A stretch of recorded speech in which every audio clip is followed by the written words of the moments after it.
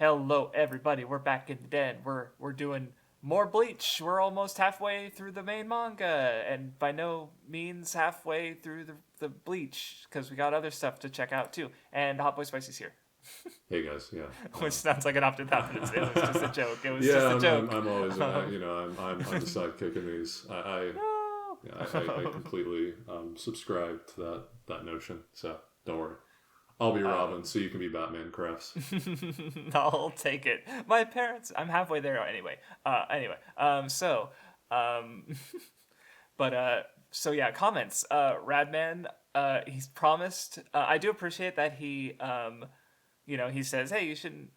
Don't feel the need to read all the comments. If you don't feel like it, which I appreciate. But he also said that he was gonna take a while to get his long comment, and he did not get it up fast enough for us to reply. Yeah, so, it was actually funny. I forgot sad. to mention this a second ago, but he actually messaged me like 2 hours before this, and he was like, hey, I haven't put my comment yet. Like, how long do I got until you guys record? I was like, 2 hours. He was like, bruh. I was like, yeah, sorry, man. He's like, yeah, he's like, I've written some notes, but I'll just save them all for the next one. So Radman's about to hit us with a bang with some bangers. Yeah. About to bombard us with that shit. Yeah, no, it's good. It's gonna be good stuff though. But yeah, no, thank you. I appreciate the comment though, Rad, because I think he's appealing to my short zoomer attention span. So yeah, I greatly, my YouTube short brain, I should not, I need to, the problem is I'd have to delete the YouTube app because I don't watch TikTok or anything, but I watch YouTube shorts. I just need to get it out. I need to get it all out. I need to stop watching the short form stuff because it's ruining me, actually. So Shonen Hero brings up the Saint Seiya influence, which I have read Saint Seiya, and I can, Shaka's also like Buddhism inspired, which is also major in Bleach generally speaking. He was also in one of my favorite fights in the series. So, I'm Cool. aware of the. I've never watched Saint Seiya, so I'm not familiar. Unfortunately. Oh shit! I didn't read this melancholic fool comment. Sorry, I'll include it on the screen, but I'll read it later. Sorry about that. And I was gonna say. User FO, I don't know if anyone else could, because did YouTube change it or did something? I don't know. They and Askin brought up their takes on the Ichigo, Ukitake, and Shinsui having two swords, because with Kyoraku is explained in his backstory that we'll get later, but Ukitake and Ichigo have two souls, because Ukitake has Migi as well, so there's two. And then Ichigo has White and Shiro and Yobak, Zangetsu, basically. So, and that's like, that makes sense. I had not thought about that. So, that's cool. Yeah, I honestly, I would have for sure caught that if I just remembered enough about. I honestly had completely forgot about Shunsui, the origin of one of his swords. I completely forgot about that. So, this goes to show how much. The 1,000-Year Blood War reread is going to do for me, in my perspective. So I can't wait. Yes, and then Askin also has two giant Bleach comments, which is still really cool. Like he has some on the some of the chapter names, like especially the rose Ruby Kundori, the red rose or white lily, I think, and just that poem or. Because it's stuck in my brain. Though I was more thinking of it in the context of Rukia and Renji, because I did a video on them. But no, it makes sense that I didn't actually look into the poem or the meaning. I was just thinking like red and white. It's like because when we think of Rukia's Bankai, she turns entirely white, right? White, But it does make sense that it's Byakuya because well, maybe I don't know. I'm reading the poem again and like fairer than all things, I only see glory in these. So maybe it can be read with both of them. Because he does love Rukia, right? Byakuya is being represented by some white thing, like the moon, the for white instance, moon. is and then also like even in his fight with Ichigo, which I pointed out, which is a motif I've realized even with to some extent Grimjow's in this, you'll see there will just be specific panels of just a close up of Ichigo's sword, which is black, and his opponent's, which is always like white, and the white is kind of exaggerated a little bit. Mm-hmm. So it's always this contrast of black and white. But we first really see it with Ichigo versus Byakuya, where we get to zoom into the swords and then that contrast. But I can see how it can be applied to both for sure. Yeah. Yeah, and then there's also the mention of like the cigar blues and how that there's the one chapter that imminent god blues. So the idea of the blues chapter is tying to the father figures, or the literally not cool. Father figure, literally the parents. I need to think more of the Tosin and the clouds discussion. This is one of my favorite things because he takes my symbolistic discussion of that and like he puts it into. And he gives thematic value to it because he's got a slightly different interpretation, but I think his is more valid just because there's more that speaks to the narrative and what his comment is elucidating here. Mm-hmm. So I do appreciate this comment a lot. So now I completely subscribe to this outlook as well now. So cool stuff. Asking on that one. Yeah. And I also want to point out him talking about, because I brought up the Aizen Espada Fear stuff because I mean, I knew that the Espada rankings were bullshit. Like, I've heard people talk about, and I knew that people have talked about that is because I guess the way he worked, I was more focused on like because he said that people have thought like given other interpretations of what the rankings about, like, oh, Aizen did it on purpose to disrespect Baragon, or it's based on Ryatsu. And I was more interested in Aizen's fears because not just because of like because of it's meaningful, basically, like that's the aspect I was more focused on, and like because so I just wanted to clarify that just because of the way he worded it made me because like the start of it was like, well, what is the like what did he rank, why are the Espadas all these numbers, and and like part of that is like he wants them to challenge their things, but the other is like it all because that's the thing about the thanking your enemy and being grateful for having someone to oppose you is that like even Aizen like nurturing all these other characters is because it all feeds back to Aizen, because Aizen wants to be the one to stand above, and by literally nurturing his opponents, like say Ichigo, he has someone stronger to fight, and by defeating them he becomes stronger basically. So same with the Arrancar challenging him from beneath him, but obviously that doesn't happen. It's ultimately Ichigo who challenges him. So, which by the way, on that note, yes. This is a little bit off topic, but this is actually because I think I mentioned one of my other favorite like shonen. I don't want to call them trends. It's something I've seen in multiple shonens. Like One Piece, it comes to example of like our heroes thanking their opponents after they vanquish them. I think it's such a cool little I don't know. It's I've seen it a couple different times, like I said, but Zoro versus Mr. One comes to my mind immediately, where he defeats Mr. One, and then he literally says, "I thank you because of you. I've gotten stronger." I love that because it is so true. It's like only through adversity can we grow. We need that. Yes. We need that struggle. We need that. That pushback. So cool stuff. Yeah, I know, kind of off topic, but. No, yeah, I love it. I love it. I just want to say, go ahead. There's certain things about shonen that like just fundamentally resonate with me a lot, which is just very funny. Just because generally I kind of, I mean, even in no, I don't want to say that. I feel like for my style of videos I produce, people generally they have a vision of me that's, I don't want to say prude, but. It's like I'm very well spoken and I'm like very reserved, but like, dude, I'm like analyzing these like shonens for kids. These there's like there's a lot of childhood glee in me still, guys. And I think people get to know that once they talk to me personally, like on my Discord server and stuff. But like these really simple shonen things, I will sometimes appreciate more than like the deeper thematic value in a lot of these stories. Sometimes it's the simple shit that resonates with me the most, and that's just that simply our hero thanking someone can be so epic to me, and I appreciate both elements. Yeah, no, it's they're yeah, and no, I absolutely enjoy. Like, I enjoy the whole spectrum of it, even stuff aimed at audiences younger than the shonen magazines. And then I just put out a video on this very channel about a show that was really good, that was definitely aimed at older audiences. And I can enjoy everything, not everything, but many things. But Yeah. I definitely don't want to let like genre or demographic like keep me away from something that could be potentially really good or interesting. And that was definitely part of like my personal journey with my YouTube channel, even with just like because I watched some shows that I thought that probably weren't going to be that good, and then they proceeded to blow me away, and I was like, well, everything's on the table now.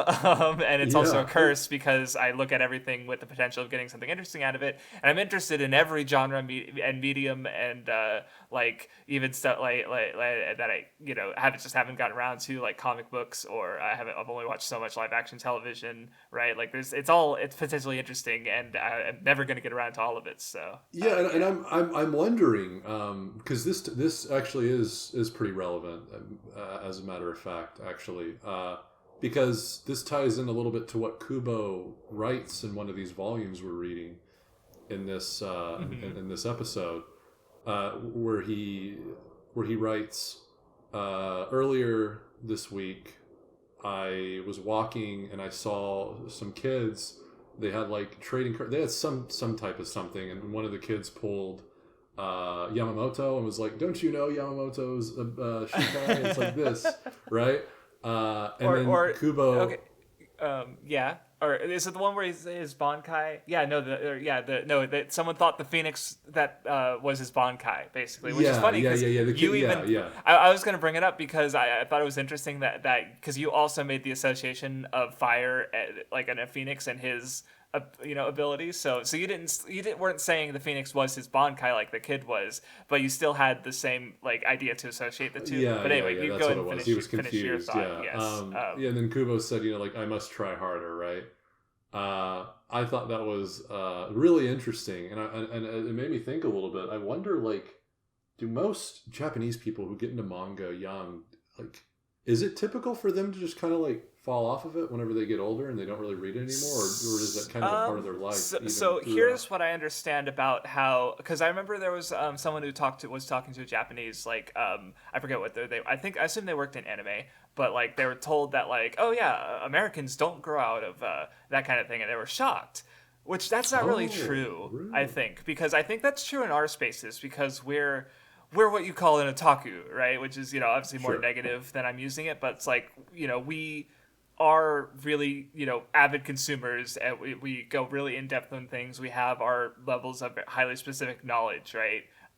Yeah. Most people, they do move on, right? Because like even the way that manga magazines are like divided, because there's Kodomo, boys and girls, which is like that's even before you get to shonen. That's like your tokusatsu, like Super Sentai or Kamen Rider, or your magical girl stuff like Precure and Hello Kitty or Doraemon. Like those are your stuff that's for really young Yeah. audiences. Then you have your shonen and shoujo, which take you through your teenage years pretty much, but also have a very wide general appeal because there's a universality to you know being a child, right? Like even Ojamajo Doremi is a magical girl show that I really like because it just really captures the like lived experience of being a child so well that I can still connect to it even as an adult, right? Like there's and then you have seinen and josei manga, which are for 18 plus, or adult readers, right? So there is Uh-huh. this. I've even heard it in a lot of magical girl series.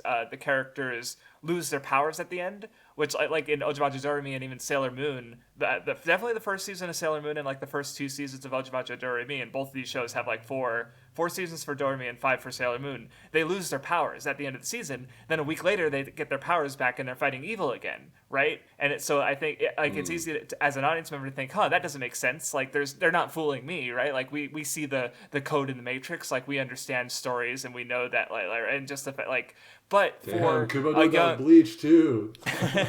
right, like with Uryu, he lost his power in Soul Society, and we're like, he's gonna get it back. Or But for a young, Ichigo, like yeah, he gets him back, before 1,000 Year Blood War.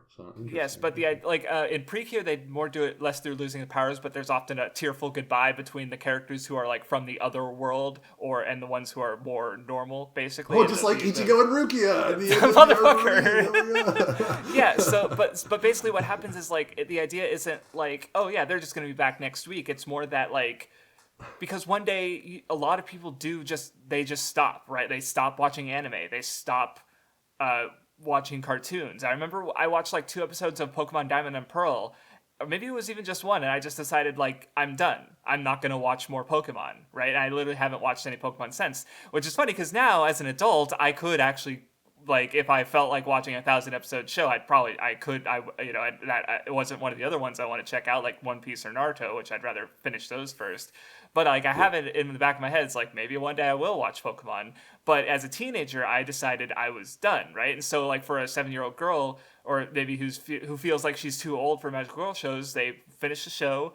It was a meaningful experience, and the character, even though obviously it continues, like Pretty Cure is a 20-year-old magical girl franchise, like Doremi and Sailor Moon continued for like 5 years, right? But they end, even on the season to season basis, they ended, and people never watched another one, right? Even if they still value that experience. And you even have like, there was actually an Ojimaja Doremi movie a few years ago that was about adults who grew up watching the show. Like, it wasn't even about the characters, it was about these fictional characters who watched this fictional and then there was a Precure season, like extra season recently, that was like a 10-year anniversary to one of the earlier ones, that they're adults, and sort of examining that and like reappraising the ideas of like hopes and dreams and aspirations for the future, but the characters are adults now and they have to contend with like the harsher realities of it wasn't amazing, but like the idea was so interesting to me. I watched it last year. I caught up to the 3 shows I needed to watch, so it's like, like obviously, like you can have that valuable experience as a kid and move on and then still think of that experience as valuable. But basically, as I understand it, generally,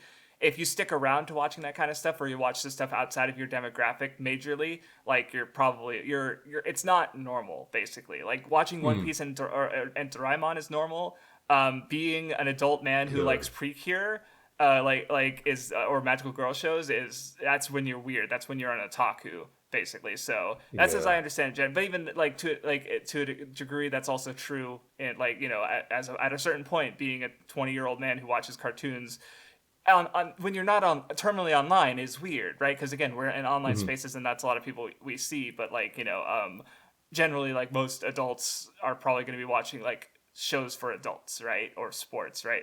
That's just my perception. Even though I do think overall, like watching anime, honestly, watching anime in some ways is more culturally acceptable in America, because in Japan, politicians will privately admit to liking anime, but never actually say that what they like or that they like it, because there's a stigma against it. So that makes sense. Yeah, it's interesting to think about the cultural differences, but yeah, for sure. But yeah, so that's my take on just demographics and moving between stuff. Because again, obviously, some stuff's so popular that like One Piece, where it's so long that like people who've been reading it since it started are still reading it. People like got into it, it's always on TV, and it always has been, right? Like so yeah. Nice. Anyway, I forget if there was more to talk about the comments, but we should probably get into the actual Bleach discussion. But I do continue to appreciate the comments, and they're really cool. Thank you. Yeah, thank you guys. We've been reading them all, even if we don't get to them, because these last one was 4 hours, and I don't know if we're going to want every one of these to be 4 hours. Albeit, if they are, they are. It's just going to depend on how much we got to say. So if we didn't get to yours, just know we appreciate them. I've read them all. Crafts read them all, so they are being read. So I might be a little bit. Okay, actually, before that, where are we starting again? I completely forgot before I got on to remember exactly. Oh no, we're starting. No, we're starting. Right when Ichigo's beginning his training, yes. Right? Yes. Yeah. Okay. Cool. I remember now. Nice. Alrighty. Do you want to kick us off, or you want me to kick us off? Because I should probably not kick us off. Because no, I'm going to make you sweat. That was a rhetorical question. You kick us off. Oh, goddamn you. I was like, you gave me the choice, so I'm going to make you sweat and struggle to come up with something while I pull up the actual volumes, because I did not have them prepared. Oops, that's not working. It's not working. I Okay. like the. I guess I'll start off by saying just generally how I liked this section of the story. I don't know what you would consider this arc. Uh, See, the I arc just between Hueco and because I know a lot of. I mean, this is like the Arrancar arc or saga quotations, but yeah. generally, I feel different ways at this point in Bleach. Historically, I felt different ways about these different sections, like Hueco Fate Karakura, Mhm. when Ichigo. I guess that's more rather than Fate Karakura, because a lot of Fate Karakura takes place parallel to the ending stuff in Hueco like the Ulquiorra fight. But I guess it'd be more preferable for me to call it the versus Aizen section, because that's Mhm. when Aizen actually starts fighting and Ichigo comes in from Yeah, Hueco. that's fair. Because Uh, I know I don't know, especially with One Piece, you have this annoying tendency to decide arcs by just like the location they take place in. Post Enies Lobby is not an arc. Post Marineford War is not an arc. true, They're all part of the true. same fucking like. As I try to Yeah, think of it generally as like, are they like thematically connected in ways, and or like yeah, who's the antagonist, right? Like Davy Backfight is its own arc, but also it literally builds. It's part of the whole Water 7 story, right? Like it yeah. ends with Aokiji coming in. So in this case, it's like it is, I definitely understand like compartmentalizing the different parts of the story, but to me, it's also just like it's all like once they're out of Soul Society and that arc's over, up to when they defeat Aizen, like that's the Arrancar stuff to me. Yeah, So and for me, it's really just to complement my ranking brain. That's the only reason I do it. That's the whole utility it serves. That's the purpose it serves. Uh, yeah, no. I mean, because so it's I guess like people do have a preference as to whether like the Water 7 or the NAS lobby part's better, but it's like even though I'm like, well, they're the same. Like the part that always gets me is like, where's Rocket Man? Is that its own thing? Is that part of NAS lobby or is it part of Water 7? Because if you go by locations, like when does Water 7 end and when does NAS lobby start? you would hate my take, because again, like I arbitrarily separate the two only because I can rank it, because I love Water 7 more than I do like them actually being in Enies lobby. Like I think Water 7 is just Okay, it's then answer just my peak. It question. is like Where's literally my Rocket favorite thing. Man? Where's Oh, Rocket Rocket Man, Man? I consider arbitrarily as a part of Water 7, okay? Arbitrarily, I put it in Okay, Water 7 because they're not. It enters Eddie's lobby, but as soon as it enters Eddie's lobby, we're at Eddie's lobby. Now Eddie's lobby's but here, you could okay? also I get say it. that once they They're leave Water fundamentally the 7, same Water thing. 7's over. Okay, yeah, you can. That's why I'm saying it's all I arbitrary know, for I me, know. okay? I'm just giving you shit because it's funny. I know you're giving me shit. My whole motif, by the way, is like when I know people are giving me shit intentionally, I still argue for comedic effect. Double So down. it's like Exactly. No, I that's what I understand. I do. Yeah. understand. And then I argue. But yeah, I get. We're both just trying to be funny until it's like funny chicken, where it's just like to whoever visits a joke first loses. Yeah, but yeah, no, I mean, I say that, but like I have a whole segment of a video. I think it's actually my Rescue Arc video where I'm praising Innie's Lobby a lot for its use of power ups, just because I think the power ups in Innie's Lobby are just like the Mhm. great. How Oda came in. That's the first time we see our characters power up, and it speaks so much to the the, the what we came from in Water 7. Mhm. I don't want to speak too much on it because this is a fucking Bleach podcast, but I was about to say, really well, cool. yeah. If anyone who's like watched the last two, like the last Bleach episode and the episode I just recorded with Shaves about the bear, One Piece also like One Piece just keeps coming up. It's like eternal and will always be like I was literally talking about that on the bear episode because it's about Yeah, cooking and toxic masculinity. So we brought up like I brought up like Baratier and Sanji, and I'm like, just take a shot every time One Piece comes up. Like it's just it's yeah, just gonna it's happen when I it keep bringing is people on who it's also really like One Piece. So everyone knows One Piece. It's a prevailing shonen yeah. series now. Everyone, especially with the One Piece live action, so it's kind of hard Mhm. not to talk about it. I mean, I just mentioned Zoro earlier. Jesus, I mean, it's. I then Yeah. again, like I had like a. I used to be a part of a community that we had like a running gag where it's like if you liked Sanji, your favorite, or if like Sanji was your favorite Straw Hat, your favorite shonen series was Naruto. If Zoro was your favorite Straw Hat, your favorite shonen series is Bleach. And if Luffy was your favorite was Dragon Ball. And it was like this guy thought he had like a foolproof like thing, and he was genuinely pretty accurate. Because I knew some Yeah, I people mean, that did match.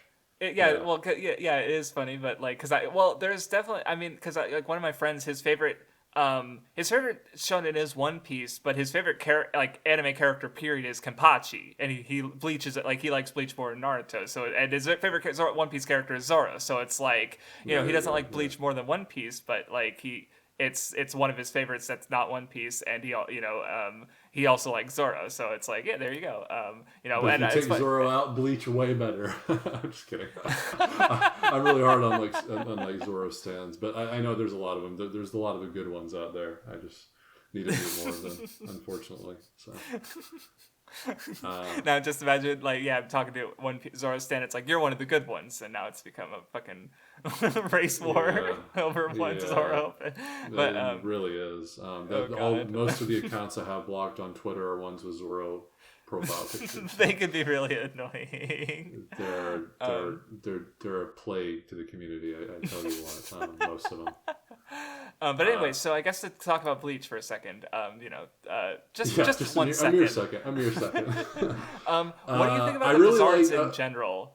Because I was gonna, because I think I just remember when I was reading it, people were pretty like, because like, or they don't do anything, I guess, or something, because it's a big group of characters, but as far as like Bleach characters, they're definitely, I feel like as far as like big, like even compared to like the Fullbringers, they're collectively pretty minor, I guess. Like it's really just Shinji who stands out, and then like a couple of them, like Hiyori, Lisa has some relevance with Kyoraku later, and Yeah, the big guy, obviously, he's probably the most important one after Shinji. But yeah. disregarding Especially for this importance, section. yes, Yeah. disregarding importance, how do you feel about them as a group? Because I just kind of think they're cool, and even in what little we get of them, like they have some fun interactions.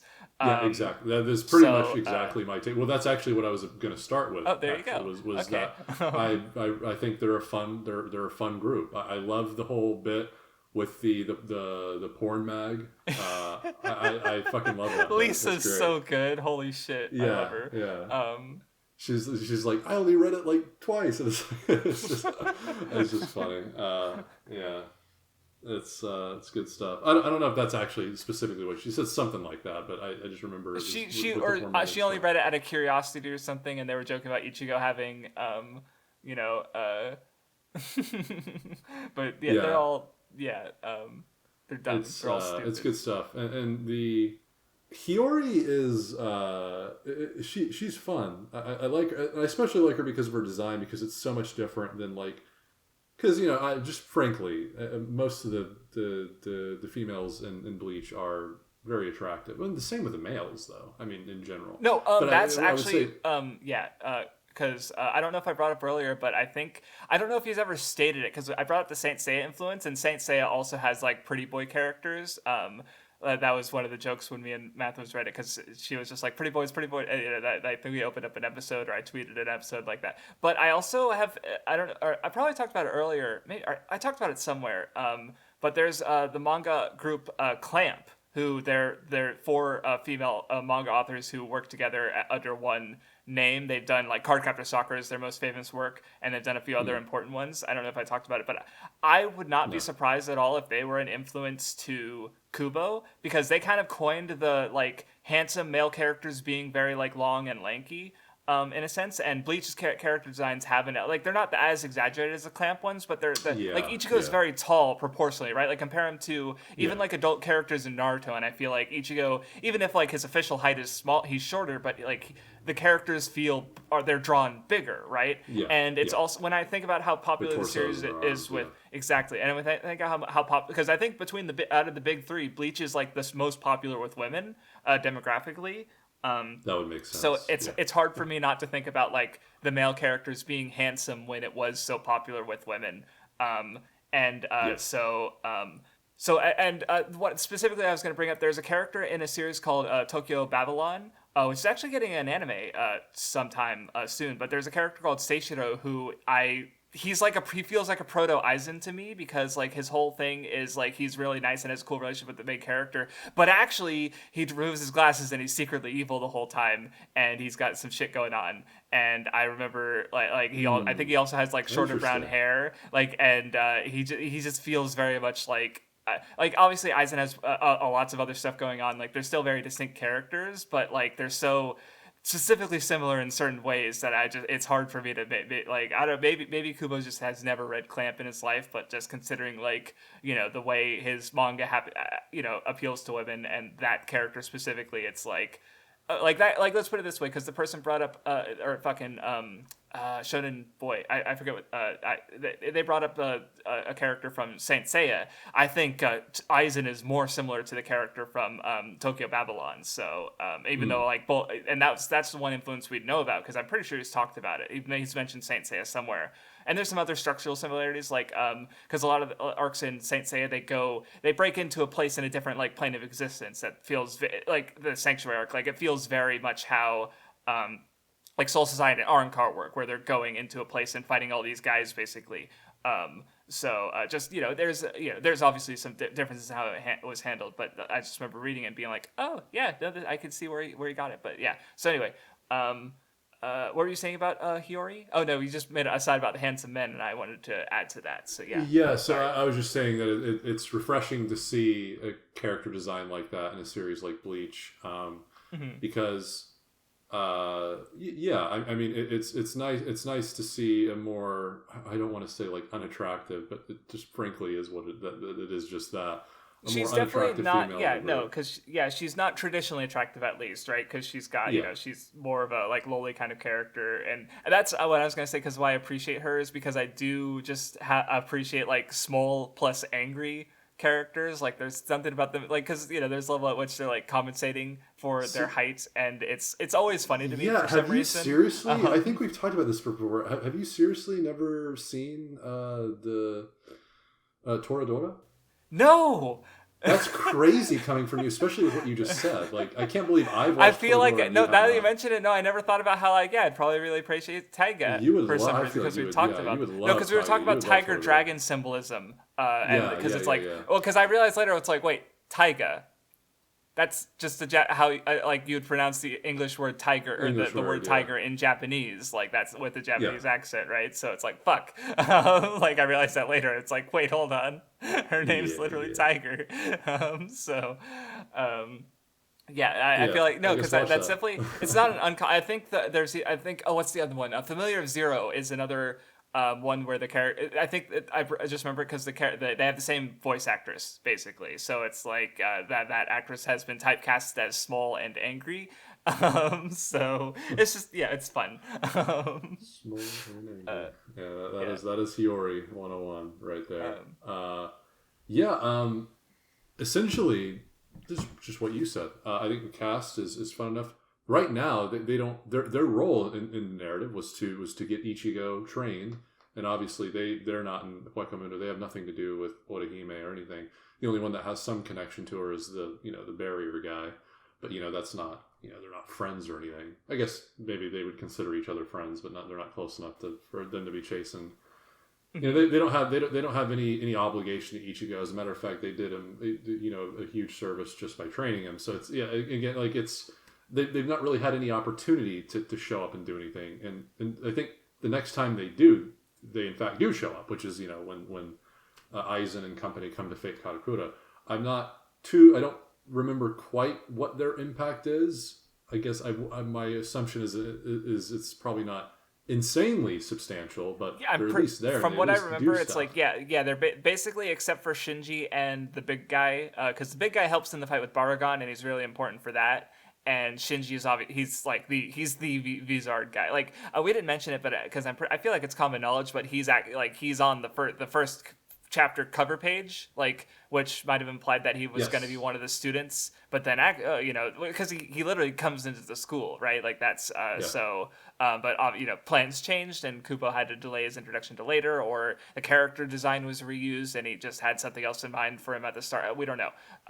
But he's obviously and we see him in Turn Back the Pendulum too, but overall, like, they are kind of minor. But I think I'm fine with that, because like Bleach has so many fucking characters as it is. Like, if you were to give them more relevance, like, okay, all these guys are getting a fight in this arc, and it's like, oh god, what do you do? Like, that's okay. Yeah, especially if the bulk of the fights are going to be mid. I'd rather them not be fighting anymore. So I don't, and that's something that I'm worried about, because that's the section that I remember most being like about, like here and there about, is like a lot of the fights later in Hueco paralleled with a lot of the fights happening in Fate Karakura before Ichigo crashes into Fate Karakura. Hopefully that's going to change in this reread, but we'll see. So yeah, I think more fights is not the answer. Well, Maybe, what I was maybe gonna I'll think ask differently. actually, We'll see. because from what I gather on Twitter, you seem to have appreciated this stretch more and more of these smaller fights in Hueco Yeah, or at for least sure. some of them. Yeah, That's cool.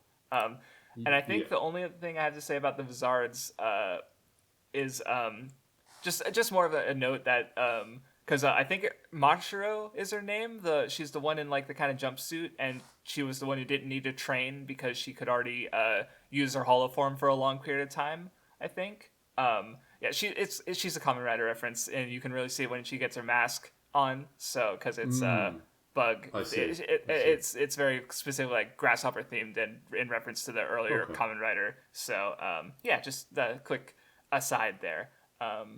Yeah.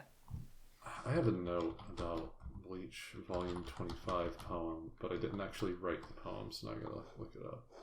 Oh. What is the poem? Please give me poem. Oh, it's No a longer shaking one, right? thread. I'm Yeah. at it if you want me to read it out, or if you want to read it Yes, please yourself. do. Please do. We are Yeah. all born dead. The end exists before anything begins. If living it is a constant quest for awareness, the awareness we gained at the end is the real goal. In other words, death. Death is the discovery and complete understanding of the end. We are not permitted to seek awareness. Those that cannot transcend death will not find awareness in anything.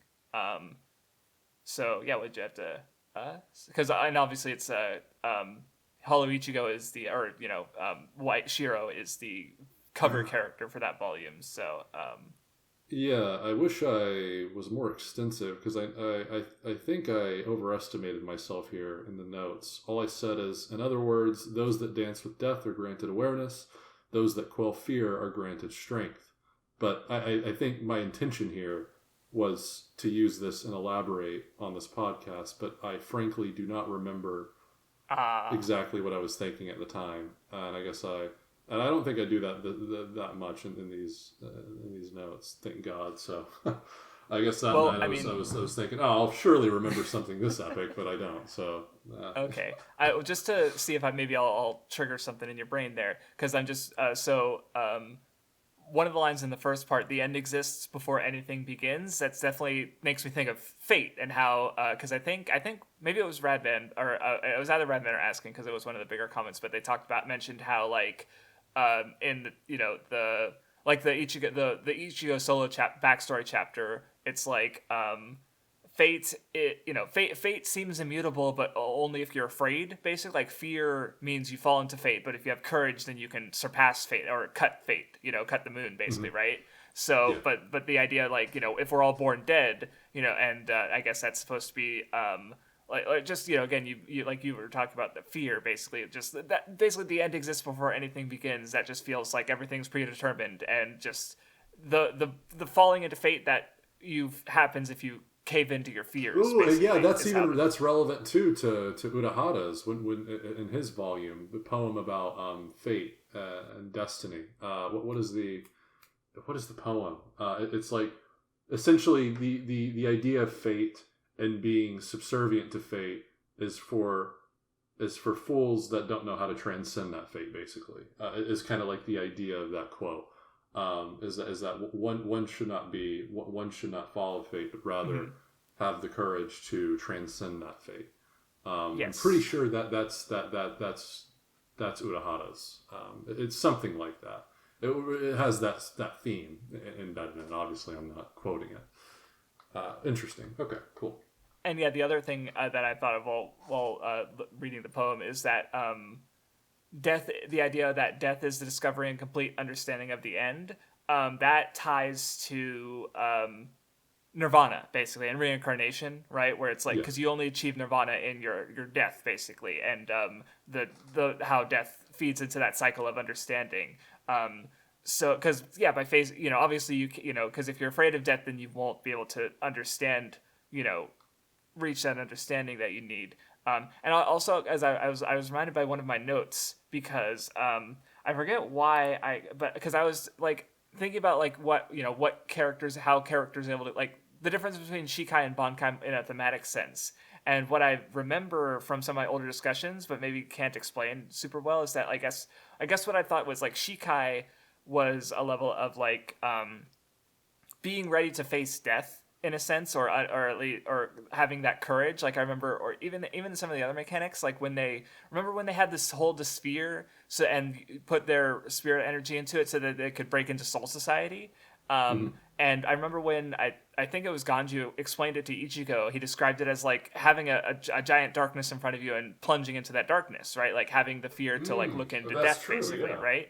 And I feel like I forget exactly why I associated that with the Shikai, but Bankai is it's understanding and self-understanding, which is again that idea of because again the kanji for Bankai is literally the manji symbol, which is the Buddhist symbol. So because I remember the idea that that's associated with the idea of like accepting death basically, and which because I remember observations that tied into that was because if you remember during the Thousand Year Blood War, the Quincy's have the ability to seal off the Bankais, right? Or they steal the Bankais, right? Because again, the Quincy's believe in the immortal soul, and they're trying to create a world where the difference between life and death is meaningless, right?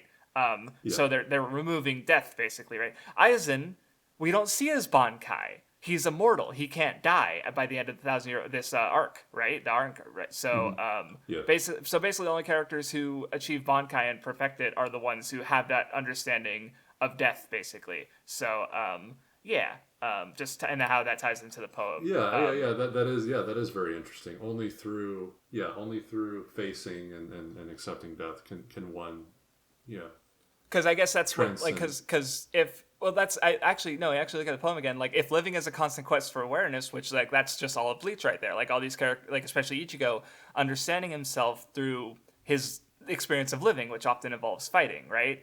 But then at the end of Yeah. it is death, and so like by understanding yourself you achieve that enlightenment and are ready for death in a sense, right? Like not because like again, even though the series ultimately like yeah everyone dies, right? And that's but you have to have the courage to live regardless of that. So and that ties to the Bankai because the Bankai is understanding yourself in preparation for death, basically, because living your life to the fullest, and you know so yeah. Yeah.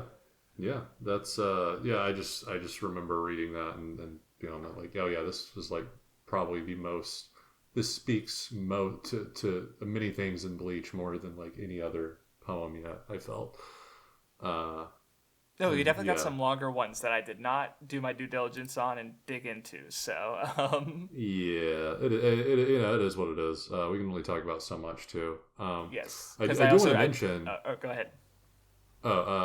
You just no, because I was about to jump to Oh, more I of was the just going to mention visor. Went more into Ikaku's poem and how it actually tied. Like, as obviously I brought up as you know about the carp climbing the waterfall and turning into a dragon, but he brought up some other ones, but I don't remember them off the top of my head. But anyway, you go ahead. Yeah, I was just gonna say like already in volume two, which is frankly fitting that when we jump into volume 25 immediately, we see a display of Ichigo's hubris when uh, they're taking him through the ringer uh, because they want him to do it his way and kind of are forcing uh, they're forcing Ichigo to no initially they want him to join him and then they say okay we'll train you but then Ichigo he's upset with the way they're doing things. No, wait, that's not. I'm trying to. I'm in this moment. I'm trying to remember the series of events. No, that happens after. What sparks this? Fuck. I wish I put more. But essentially, Ichigo tells them, "No, I'm going to force you to tell me how to use my power now." And if you don't, I'm just going to beat you up until you tell me, and that makes Hiyori fight him essentially. Um, Oh, I remember now. I remember. It's Okay. because they test. It's because that segues into the test, right? Because they're like, well, no, wait, you got it all wrong. L Ichigo, okay. We need to know actually if you're up to snuff and your Hall of Powers are up to snuff. That's what happens. Okay. I'm like in the process of trying to explain this, trying to remember what led up to this. But yeah, no, it's Ichigo comes in. He's like, "Ha, you're gonna tell me how to do it now, and I'm gonna force you to do it because I'm gonna beat you all up." And then Hiyori comes in and is like, all right, well, we're gonna fight, but we're sizing you up as well, seeing if you're worthy. But yeah, it's just interesting that immediately, like, Ichigo's first inclination is like, oh, let me like dominate these guys in order for them to give me the information, because this definitely plays into the later stuff, in terms of his pride and especially his thirst for battle that he refuses to acknowledge all throughout Arrancar. Yes. But yeah, that's all I have to say about that. That's cool that we see it there. Um, there's definitely a lot to say about White and that fight, but I don't know how much of it I can say that's really going to be super novel here, especially in respect to looking at the fight in retrospect, knowing what we know about 1,000 Year Blood War. I think I do have a note here, but if you want to kick us off there, or if you have I more mean, to say yeah, about the Visors. mostly I mean, it's like, because yeah, like you've been saying, Ichigo's hollow side represents his animalistic desire to fight, and which also, again, like that motif especially comes with like the Dordogn's fight and what he tries to instill in Ichigo.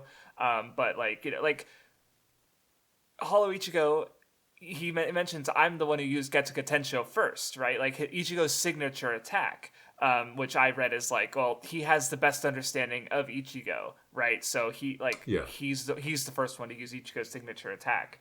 And of course, he's telling Ichigo like, yeah, we like to fight, just accept it. And it's like, yeah, it's especially especially with the Grimjo fight that we end off on, and just knowing how it leads, yeah.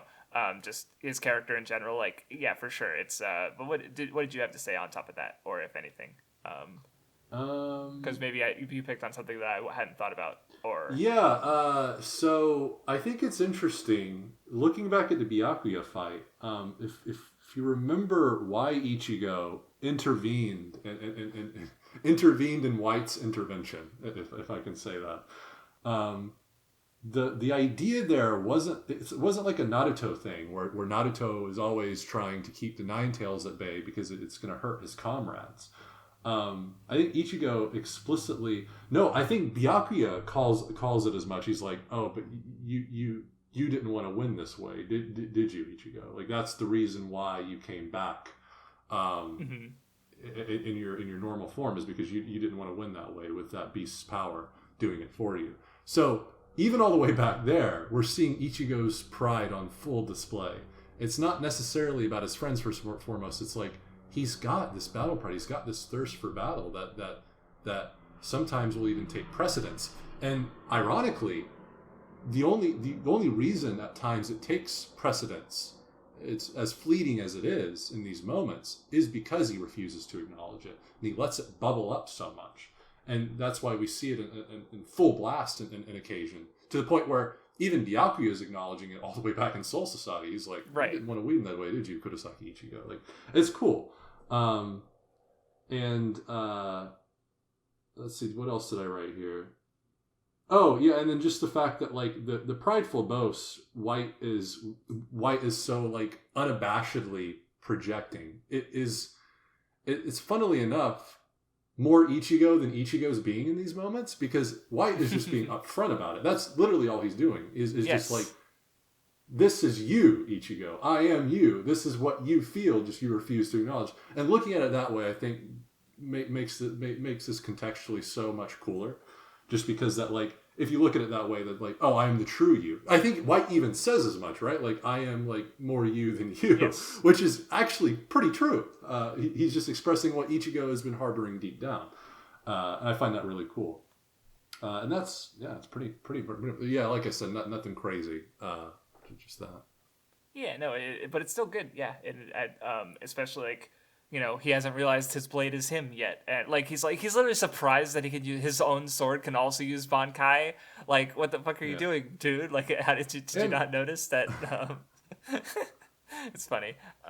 Yeah, yeah. I mean, even the first time we see he battles White, like he's like swinging around his Zanpakuto and like throwing it, and Ichigo's like, "Bro, I never thought about doing that shit."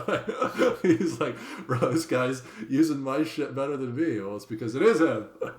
Yeah. It is you, Ichigo. Yeah, it's cool. Yeah. Oh, and then I guess one just the obvious foreshadowing stuff is like in this moment when White said, like, Ichigo's like, where is Zangetsu? Like, White literally just says, I am Zangetsu, and the implication in that scene without context to the future is that, like, oh, he absorbed old man Zangetsu, but no, he's telling the truth. He's always been Zangetsu all along. So it's just cool. Yes. In retrospect, it's very funny and cool to see. Not funny, but it is really cool. No, I know. Yeah, how you meant. You didn't mean funny. You meant funny, like interesting. Yeah. Yeah. I gotcha.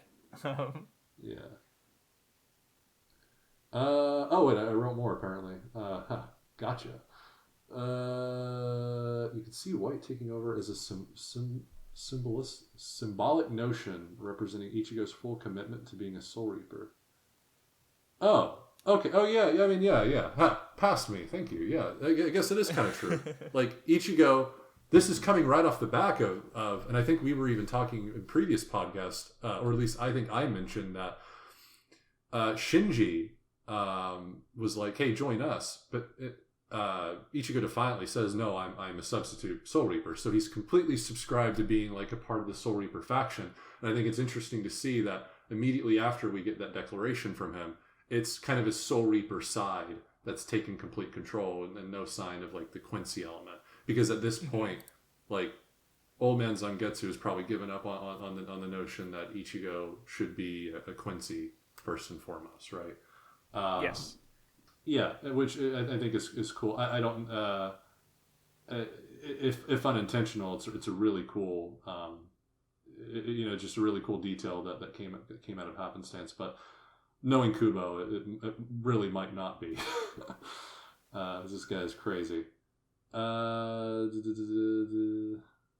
Oh, okay, yeah, okay. So I'm literally, I had written down a couple of there are a lot of interesting quotes in this fight. So White says something in the middle of this fight. He goes, "Defeat me? Impossible." And that's really cool. Again, given the context of White is that it's impossible to defeat yourself, right? Like, you can't beat yourself because White is Ichigo in some sense. Because even when Ichigo, quote unquote, defeats himself here, he doesn't defeat White. White just sinks back down, the part of him that he refuses to acknowledge, but it's always still there. He didn't vanquish anything. If anything, again, it's a slingshot effect. All he did is send White further down his subconscious, only to have him slingshot back up way later on against Ulquiorra in a catastrophic way, right? So yeah, just even that, there's so many cool quotes that kind of speak to the future. Defeat me, impossible. Even that one line is like kind of telling. I don't know. Oh, and then of course, this is the. Oh, am I cutting out? Yeah, you cut out for a minute, and then I was saying something and you didn't respond, so I was just letting you finish your thought, and then I was going to ask so that I can hear you now. Oh no, that's going to be awkward on the. No, it was only for like a moment, so it should be fine. I can cut around it, or I cut out my because you were just talking, so it should be fine. Okay, cool. And then of course at the end of the fight, there's the blatant foreshadowing. If you really want to control my powers, make sure you don't get killed, right? Which is exactly what happens in the Ulquiorra fight. Mm-hmm. Yeah. And also, I like the little flashback with Kenpachi because, you have Kenpachi, like, that sort of connection to the similarity between the two of them that wasn't exactly, like, reconciled back when they first fought. Just, yeah, Kenpachi's, like, the perfect character to get at that. Also, I forgot to mention it earlier, but I was just thinking about the Vizards again because, like, there was I don't know, the way that Ichigo comes in, like, he's not trying to make friends because he knows what Shinji was talking about, like, trust and betrayal, right? And so but even just the way that, like, he tries to do it on his own terms, like, it feels very, like, because I don't know, just getting at it's getting at this ways he and Grimjaw are similar before we even know how similar he is to Grimjaw. Because Grimjaw also has this like desire to be on top, as we see in his flashback. That and as a result of his fear. And so just like the fact that Ichigo is making an alliance with these characters, but he's again like doing it on his own terms and he's not being subservient basically because he also has that desire to be the strongest basically. So yeah, and he's also what I'm also curious as to if there's anything I forgot from the fake car Kuratown stuff because like because in differential like he's in coming to these guys and he's like I'm not your friend. Right, like, well, he's differentiating between them and his friends, who he does want to protect, who he doesn't want to get in harm's way. Like, he literally, like, when they're going into Hucamundo, he's like fucking Ruki is literally like frustrated with him because he's like, aren't we your friends? Like, and it's like, well, that's exactly why he didn't talk to you and say that he wants to come to Hucamundo with you because he wants to protect his friends and he thinks that they can't defend themselves, right? But by making sure the Vizards like aren't their friends, like there's no, because they are really strong, and he doesn't have to like feel the need to protect them as long as he keeps this more hostile relationship with them. But but he's Ichigo. Like I don't think he has that dog in him to just like let people die when he has the ability to protect them, right? Like even if he barely knows them. So and especially when fighting does create bonds, so it's like he's not fooling anyone is what I was getting at there. Yeah, that's cool. That's really cool. Ichigo, Arrancar is where he, for me at least, is where he really starts becoming one of those top tier protagonists. Mm-hmm. For me, he becomes a lot more interesting personally. He's probably always very interesting for you, but I would go as far as to say before Arrancar, Ichigo is like. He's definitely one of my favorite characters. He's just not at the tippity top. And at this point, for me, Ichigo, I think, is my favorite character. Like, he's the most interesting. Mm-hmm. No, he definitely gets just more interesting stuff going on here with like the way he's lying to himself and how his because this is his low point, right? Like as we kind of like saw with the start of Soul Society, where he's losing faith in his friends, or start of Soul Society, the start of this arc after Soul Society, and the way these bad mindsets are pushing him and put like the way he's responding to the other characters. It's like you see the downward tumble, and it's like fuck, and especially since we know exactly where it goes, we just said no. It's literally going from, and I love the contrast between Soul Society, the insane incline versus the insane decline. Because even throughout Huacamundo, Ichigo is constantly having to make concessions, even against Dordoni. He's having to use an ability that he didn't think he would have to until he faced the Espadas, and he's having to already do that. And against Ulquiorra, he doesn't stand a chance even when masked. It's a complete contrast from the guy who went in front of the execution scaffold and blocked the big phoenix. The Soken, and dismantled like 3 lieutenants easily without even using his Zanpakuto toe. It's really cool going from the poem in Black Moon Rising. No, nothing can change my world, to seeing him just get bodied by Yami, at the beginning of Arrancar. It's pretty interesting because Yami, you look at him and he's like, oh, that's a guy like Ichigo should be able to do like he did to those lieutenants. But no, like he's getting fucked up here, And even cooler is like the fact that I actually thought, because I actually read all of the Grimjaw fight last night, and I was thinking when I was reading, I was like, this I feel like is the first time we've seen Ichigo back to being like, oh, he's like the powerful bro. Like this, I feel this is the first time that feeling for me is reinvigorated, honestly, since the Byakuya fight, which is really interesting. I had forgotten that we had spent such a lengthy portion of Ichigo feeling, out of wits, which is even like just because like to as Naruto. You were bringing up like him being for sure Naruto after the time skip and after Naruto versus Sasuke, but I was gonna bring up because just like the way like you're saying he's getting beat up by Yami, and then he gets all this power up and he fights Ulquiorra and he's like, oh yeah, you're the strongest Espada, right? And he's like, nah, I'm just number 4, and then he could still blows Ichigo. He still hasn't used his Resurrection Like he's Yeah, literally just yeah. base form, just kicking Ichigo's ass still, and it's like Jesus Yeah, Christ. it's even funnier Um, to see like Nell is like, oh, but Ichigo, like, he's having trouble with the mask against Grimjaw, but he was even putting Ulquiorra on the ropes. It's like, well, no, Ulquiorra just had to use two hands instead of one. Like, that's yeah, not like, yeah. oh no, you child, you.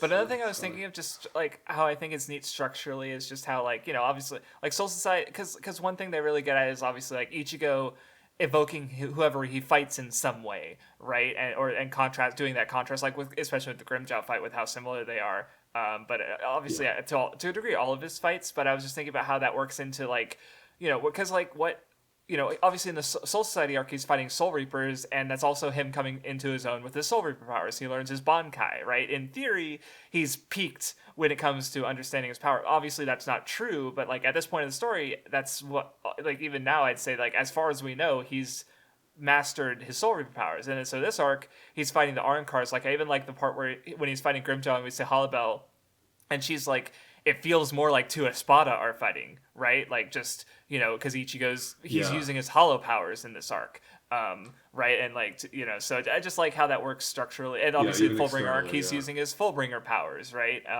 And in the Quincy arc, he learns that about his Quincy heritage, and like it all comes together. So I just like how that works in a structural sense of just, every Mhm. arc. Since it's about Ichigo contrasting himself with the people he fights, he also learns the power sets related to the antagonists in those arc, or because Yeah, obviously he still had his soul powers even in the first arc, as where they're fighting just hollows, but like that's but he gets, like I said, he gets the Bankai in the Soul Society. So yeah, it's just neat. it is Nito. Um, you know, moving backward, just to go consecutively on my notes. Uh, so we get Aizen's plan for the big key, the Oaken, right? Is that what it's called? Yes, the one Yeah, that they're yeah. to make Um, the Oaken. And the conditions are really interesting because it requires a specific region that has like a lot of like a in the human world, mhm. like an uncharacteristically large amount of like spiritual Yes, power like a power in spot one. kind of thing, right? Yeah, Yeah. yeah. Um, And it's really cool because I was thinking about it. I was like, oh, you know what? This is like all part of Aizen's plan. He wanted to power Ichigo up so he can awaken all of these people surrounding him, so the energy in Katakura would rise. This is like actually all a part of his fucking diabolical plan. I never noticed that before, but all that was intentional. It's not that Karakura was just like an anomaly. No, Aizen made it an anomaly by planning the stuff with Ichigo's awakening, and thereby the awakening everyone put it, around yeah, him. with the yeah, With the even like, Hogyoku, yeah, yeah, yeah. Urahara protecting the Hogyoku still led to that all, like, yeah, everything happening, right? So, Yeah, I don't I know mean, why that had never connected with me well, before, I but will it did say, just in this reread. because I've seen it observed that it's like, because there was even another comment of someone talking about how, like, Aizen is so, like, even though he sees so much, there's so many instances where he's also blind. Like, maybe didn't expect Momo to survive. Do I still have no, I still have it up. I can just read the comment. No, I don't have it up, but I can quickly open it up anyway. Um, and hear a second HotBoySpicy in the background for like 2 seconds. Yeah. Um, yeah, personally, I don't think Aizen is capable of seeing how much change was going on under his nose either. Because Yamamoto had changed from the Quincy War, Byakuya was breaking society norms. So yeah, that's what I was thinking of. And I think maybe Mhm. it was I think someone else was bringing up some instances where, Yeah, because and I basically, actually, which is interesting because I actually touch on that yes. aspect of Aizen's character in my Ichigo versus Aizen video. I Mm-hmm. recall I did talk Right. Well, about. because I think it's like, because there's an illusion at play, right? Like, he wants to seem like this master planner when really he's just has a good awareness of things. He is really smart, and but I'd say he's almost more like opportunistic than anything, right? Like, because like, Yeah, he probably expected, like, okay, like obviously that he was involved with the Rukia shit, but like, like I think the I think where we really see it is in the flashback with Misaki and Ishin, where with Shiro, right? Like he didn't fucking know all this unique happening would lead to Ichigo's unique circumstances, but he literally just like, let's see what happens, like he just kind of let it go off the rails, and so but again because it's like he's about creating the illusion. He wants to seem like he's all in control when really he's not. Right, where again it's Yobak who's really in control, right? Like just they have so much contrast between the two of them with like just the real moon and the fake moon. It's good. So yeah. But yeah, and that's why it's so cool that Aizen is almost in a sense talking above Yuhabaha at the end of the series, because Aizen, learned from his mistakes of the past. Yes. Dude, yeah, I can't wait to reread some of the stuff, especially the Aizen stuff, because I'm probably going to gain even more of an appreciation for him than I have now by rereading the 1,000 Year Blood War stuff. So it'll be good stuff. Yeah. But I also like the Oken scene just because of like how Orihime is treated as because she's so down on herself all the time, but like because she's like, oh, this is too serious. This is pretty serious. I should just go, right? But it's like, no, you're one of the humans. You're one of the Ryoka. You stay and listen. This is fucking important to all of you, right? And she's like, okay. Which completely contrasts the conversation with Urahara, but it actually doesn't, because in reality, Urahara didn't mean a word he said. He was just trying to haphazardly keep her away, even though that ultimately badly that push away is ultimately the very thing that aided Ulquiorra's placing abduction. A chain around her, essentially. I think that's probably is like one of the Urahara's biggest L moment in the series, honestly.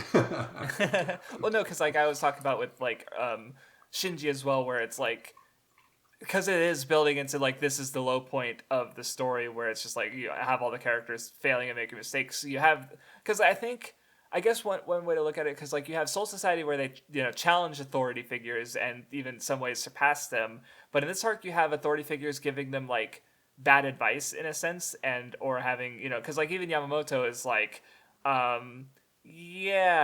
that stuff in Soul Society and how it's like I brought you onto my side and all that stuff about like breaking rules and stuff. Yeah, I'm gonna enforce rules onto you because you guys are gonna fuck shit up and I don't like that, right? Like he's still they have to break away from, right? Like so there's, even if like he has changed in some ways, he's still Yamamoto. He's still gonna do it. Like I love when just fucking Byakuya and Kenpachi come in, and of course I love what happens there where Byakuya was like, well, I was ordered to bring you here, but he didn't say anything about keeping you here. Right. That's cool. It's so cute. So you have Urahara and Shinji also giving like advice that's to them they think it's helpful, and in some ways is like it might be in some circumstances or conditions, but we can, knowing where the characters go and how we can see like how this feeds into their negative mindsets, right? Like because Orihime, like because like fucking Orihime, she's not a fighter, that's true, but that doesn't mean she like they're he's even oh she can heal though, and it's like but that's we have squad 4 who can heal and fight. Like Orihime is just redundant, she's just gonna be in danger. But it's like which of course he's lying because he's trying to keep her out of harm's way, but it's like it's reducing Orihime's skill and capabilities, and like the fact that she doesn't need to be able to fight and attack to contribute in battle, right? Like so which I had seen something recently in the last couple of days, like a recent question and answer Kubo did confirming something relevant to this, which plays off something I'd always thought of. I don't think I've mentioned on this podcast yet. I've always thought it's really interesting that Tsubaki is like feels so underwhelming compared to her other two abilities, like even her 3-God shield. And I always figured, it's because Orihime doesn't like the idea of hurting people. That's something I always thought. Like that was always my. I don't even want to call it. I mean, that's how they explained it. I'm pretty sure when in Soul Society, really? I'm pretty sure. I feel like they said something about that, or maybe not directly, but maybe I just got the same thing out of it, and so never mind. Yeah, the question and answer is kind of related to this. It's not specifically about Orihime not liking to hurt people, but the reason why, Tsubaki like is very aggressive toward Orihime is because Orihime fundamentally doesn't like using him to hurt people. and like so he's kind of like fundamentally distinct from her, you know, her will. What she like she doesn't seek battle, nor does she want to participate in battle. She wants to be there to support the battle, right? And heal people and shit like that. And that's also why even her shield doesn't hold a candle to her, you know, literally being able to reverse phenomenon ability, which we learn in this read through. Even the shield pales in comparison because the healing factor is the most strong. I mean, it goes well beyond healing, like is explicitly stated, and that's just because that more than anything is fundamentally who she is, someone who wants to sweep away. I mean, something that I mean, I think it goes back to her first volume poem about, you know, the sky and the rain connecting the heaven, the sky, and the earth, right? Okay, well, yeah, I was going to say something about like sweeping Ichigo's rain clouds away because I mean, I even remember the little conversation she has with Tatsuki, where Tatsuki's talking about Ichigo's past and how Orihime goes, you know, I feel like I understand him a little bit more. And I think as she becomes more motivated to want to help him, you know, sort of combat that life sadness in a way. And that's kind of her motif as a character is to want to aid people's suffering in any way possible. So it makes the most sense that that's her most potent ability, very tied to that. Cool stuff.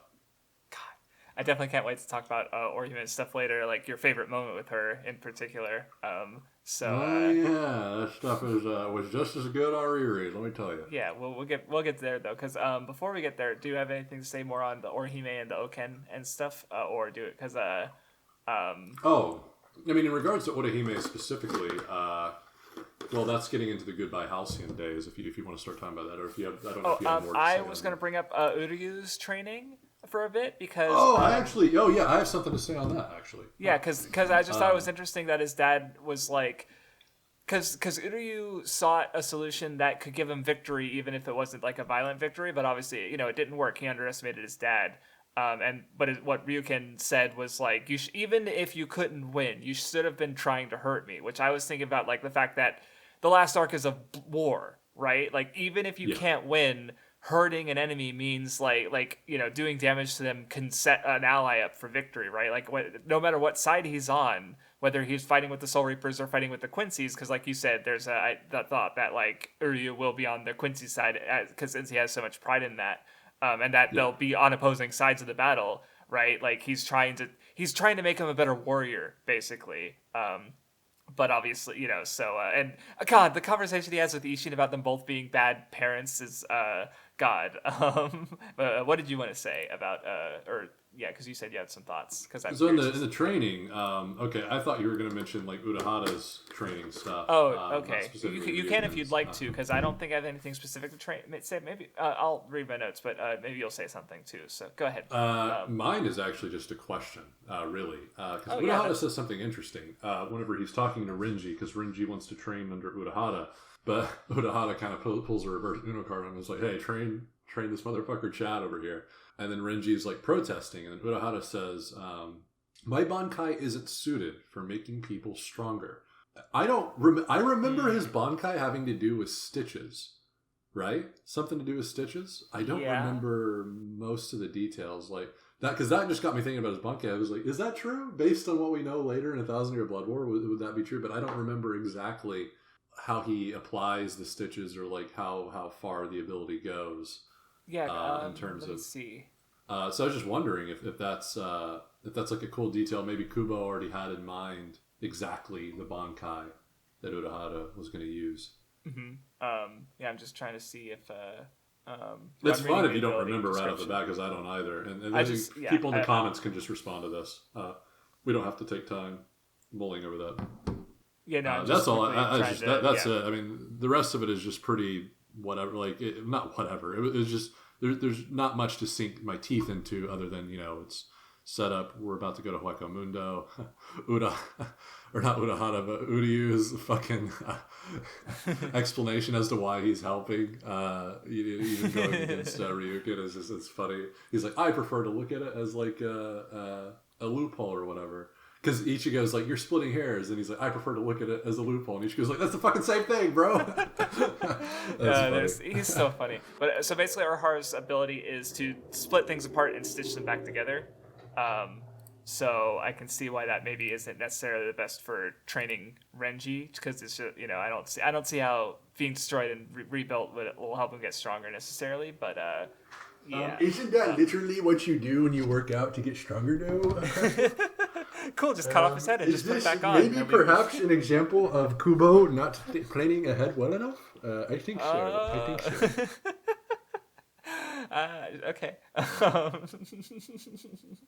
But yeah, also I like because like when Urahara's like trying to push Orihime away, the way Chad is like really trying to fight for her basically, and God, he's so, I don't know, he's just like him being good and caring for his friends. But God, him just being good is good. Yeah, True. that's it. No deep, nothing deep. Just Chad is he's a nice dude, and it's like I don't know. I feel like it's unfortunate because like I'm not I don't feel like I don't remember how his character resolves well enough, but just like as a character, like he is cool and he's just a nice dude. Because I was again thinking about the toxic masculinity thing, and it's like physically he's like the most masculine looking character because he's big, he's muscular.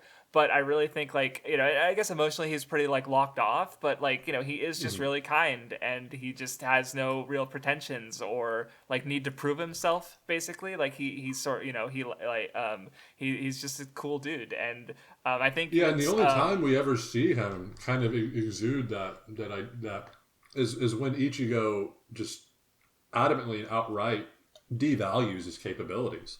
And it's not even out of like, it's not even out of pride like we so often see with Ichigo. It's out of like, hey, like I want to do my part to help. Orihime is my friend too. You cannot exclude me from this. Like my power might be the difference between saving her and not. Like you can't devalue that. So yeah, no, like you said, it's very very in Chad to be. I don't know, sort of. He's kind of like the opposite of Ichigo in a strange sense in that regard. Well, he's so much like him, but it's like because his fight that we do get, like his full fight that we get, I feel like is very much like similar.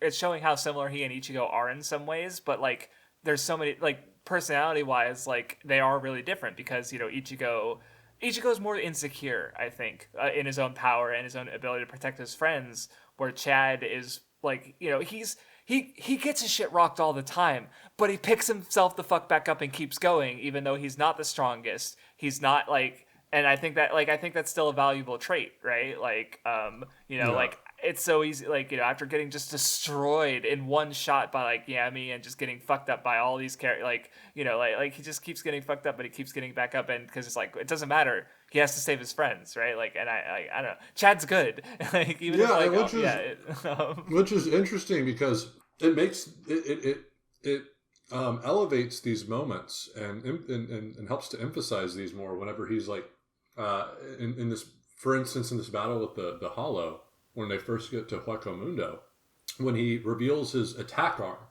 The arm that he's been using has been for defense the entire time. He just didn't fucking know it. But the attack arm, like his name is literally. What is it?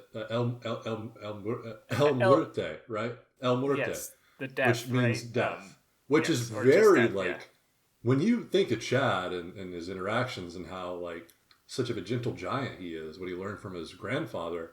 That is not the named attack that would ever come to mind, but it's very much like I said, it emphasizes those moments more. It makes you go, oh damn, Chad has this capacity too. When it comes to when things are getting heated and his friends are in dire need, he's got to bring out the beast as well.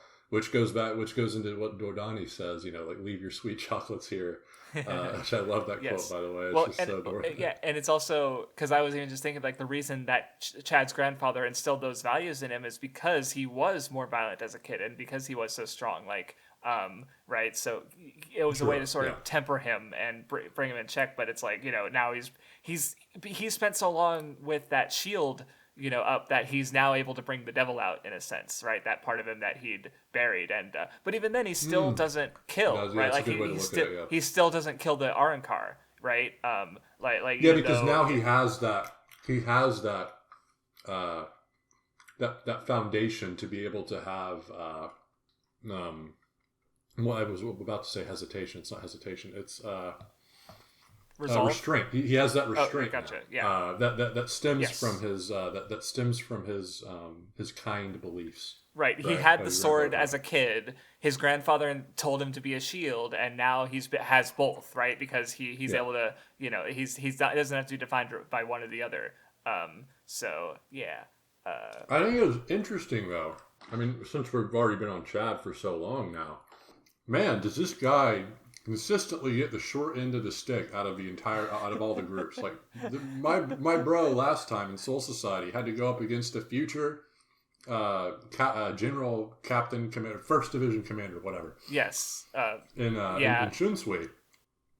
And now he's the first one having to go up against an Espada, and it's number 5, one of like the top dogs, right? Yeah, no, Top no, no. 5 He guy, even right? says, "I'm the strongest." Like he's the one who fights fucking Kenpachi, right? Like Yeah, So like- you're Poor fucking Chad, man. Always get like but if there is a title for the most unlucky Bleach character, Chad takes the cake by a long shot. right, because they Jesus even made the Christ. point in Soul Society where it's like, like Ichigo and Uryu also fight and defeat captains, but like they get so lucky with who they go up against, right? Because they are Yeah. in a position due to their powers and the matchup that they're able to win, right? When really, like even Ichigo versus Byakuya, Ichigo doesn't just defeat Byakuya, right? Like Byakuya is like still standing at the end of the fight. He just gives up basically, right? Like because he's Yeah. like, okay, like in theory, like we could if I feel like if the fight continued, like it wasn't a decisive conflict. Like I'm not I saying mean, Byakuya would even definitely without win. Light's intervention, yeah. Ichigo might not have gotten that far, right? Exactly right. Like so you can just look at it like even though Ichigo was able to cut the moon basically, he didn't. It's not as like if the fight continued, either of them could have won. And honestly, I'd probably lean more to Byakuya, even though I'm not saying like he would definitely win, but like he'd be more likely to win at that point of the fight. Yeah. He was willing to bend on his ideals because Ichigo was right. So and how many other other captains would Ichigo would have been able to beat, right? So it's like Kiraku could have easily fought and beaten Ichigo too, hypothetically. So like we don't even see his Bankai until like fucking 1,000 Year Blood War. I don't think so. But he's got it. And Ichigo got to. I mean, he stair stepped it. I mean, even before Kenpachi, the first captain he fights, it's a third seat in Ikaku, and then it's Renji, an assistant captain. So Yeah, right, he and got to so stair step continually it. fighting, because he gets stronger as he fights. Like I remember in the Grimjaw fight, Grimjaw even remarks how he's able to use his mask longer because Oh, and I have something interesting to say about that too. Yeah, Ooh, no, I don't think okay. I think it's less experience and more something else. But experience also plays a role, of course. But yeah, just to finish up on Chad for a bit, because I think like I feel like I especially see it. I maybe I talked about it before, but I feel like I especially see it with the Jujutsu Kaisen fan base right now, where it's like, and not that it's never existed, because I think Chad's a victim of it, of just like valuing a character maybe a bit too much on just whether they win or not, or how strong they are. Right? Because and that's if that's the way what you enjoy about the series, sure. There's a Like, I specific can't word, fault by the way, that. Crafts, that they'll use. Yeah, there's a specific word that they'll use too. I probably They know what call it is, them- but do you mean wait, jobber wait. or do you mean something else? So like more recent that term? is the terminology that is used, but more the Zoomer term. Fraud, bum. right? Oh, Yeah, bum. fraud Okay, or gotcha. bum. Fraud Like, is the one I've been hearing more recently, right? Yeah. Like if a character, this character should be able to do this thing, and they aren't able to do this thing, like I'd win, right? Like they're a fraud. Yeah, bum right? is bum is for people. Bum is for people that consistently lose, but fraud is for people that we expect to win in certain situations and they don't live up to that winning expectation. That's when people use Gotcha. So fraud and Yeah, bum are yeah. thrown around all the time. Where I see it. jobber is more, as I understand, it comes from wrestling, and it's basically like this character they're strong, but they're set up to lose to make other characters look stronger, basically. Though obviously, like Matthews did a whole video talking where I think she called it the search for the best shonen jobber, where she basically talks about different jobbing characters and what she likes about them, and Is Chad in there?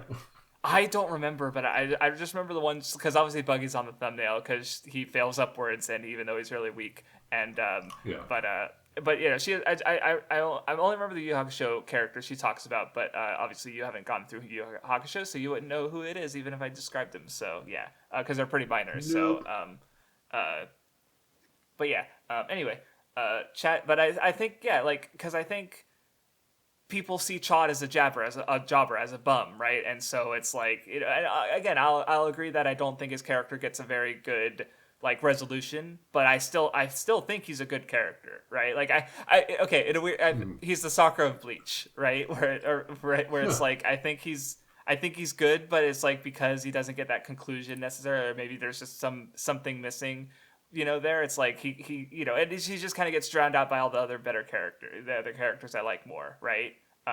So, but I don't know. Maybe I'm feeling even more like Chad. I want it bad for Chad because I feel bad for him because he just gets. Unfortunately for Chad, for me, Chad has consistently been my least favorite out of like the main characters. I mean, I think that's still true for me, but and the fact that like I remember him not getting like a very fulfilling resolution in Thousand Year Blood War does not look too good for him on my love for him on the list, because like character like Orihime is like just way beyond what my level of love for Chad. So it is what it is. Different characters are going to speak to you more. Do I think Kubo might have dropped the ball a little bit with Chad? Maybe. I don't know. Again, I don't want to speak too soon because I could see more in Chad after this reread. So I'll hold on that, but I will say here that if I do feel that way, I will say that. I will talk about it. Yes, but and right now, I haven't read enough yet. I will say for right now, like I still think he's good, right? Like I think he's, he offers interesting. I agree. I agree with that. I think he's also, I should clarify as well because I'm sitting here kind of. I may as well have said bum as well, but I genuinely do right now. I genuinely do like him where we currently are in the story. I think he's a good character. So that's good. Okay.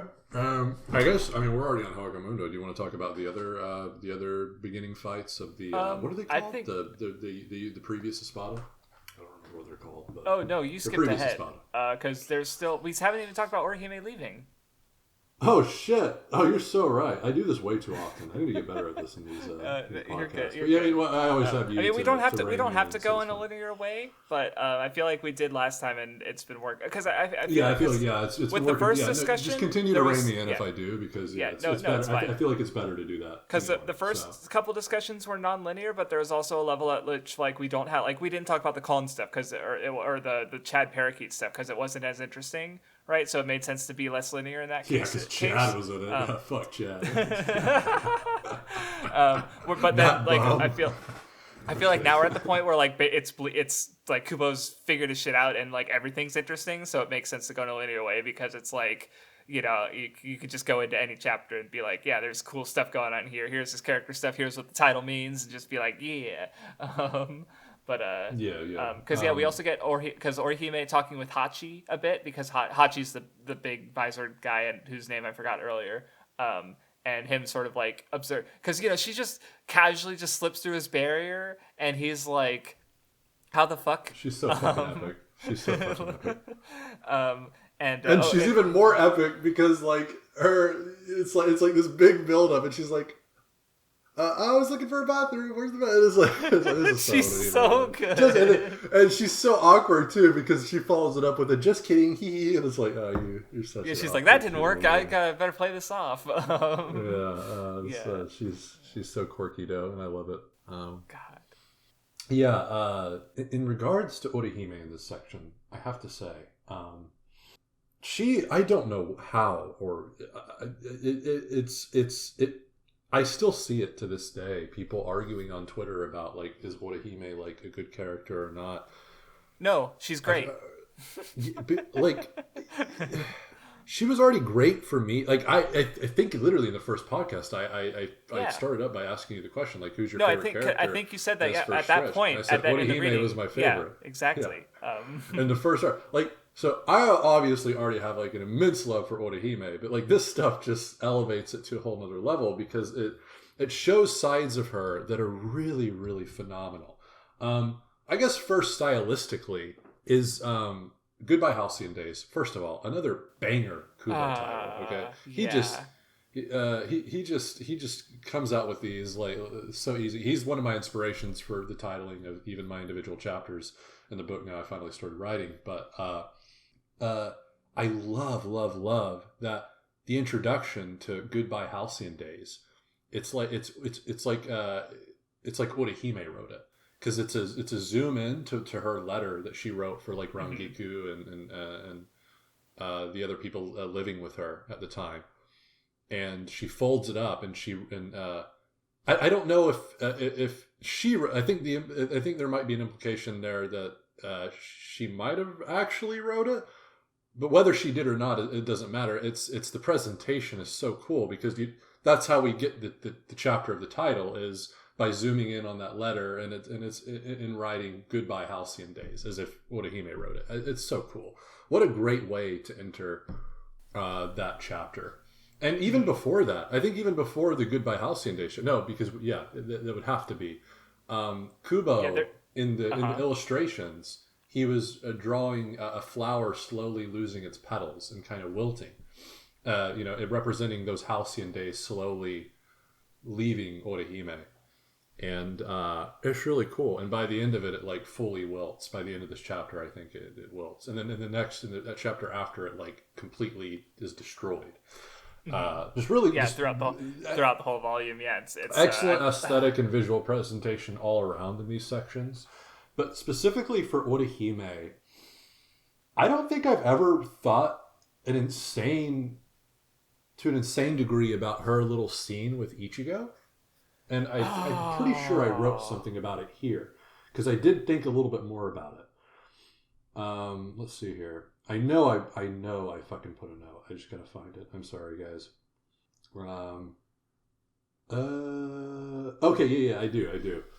So she can't kiss him, and at least my interpretation is because she can't even be selfish for that one last time, because she doesn't want to do something like that unless Ichigo wants it, because she's that selfless. Like, even that last, she had an opportunity to be selfish for one last instance, yet she doesn't take it because she feels like she'd be slighting Ichigo in some sense.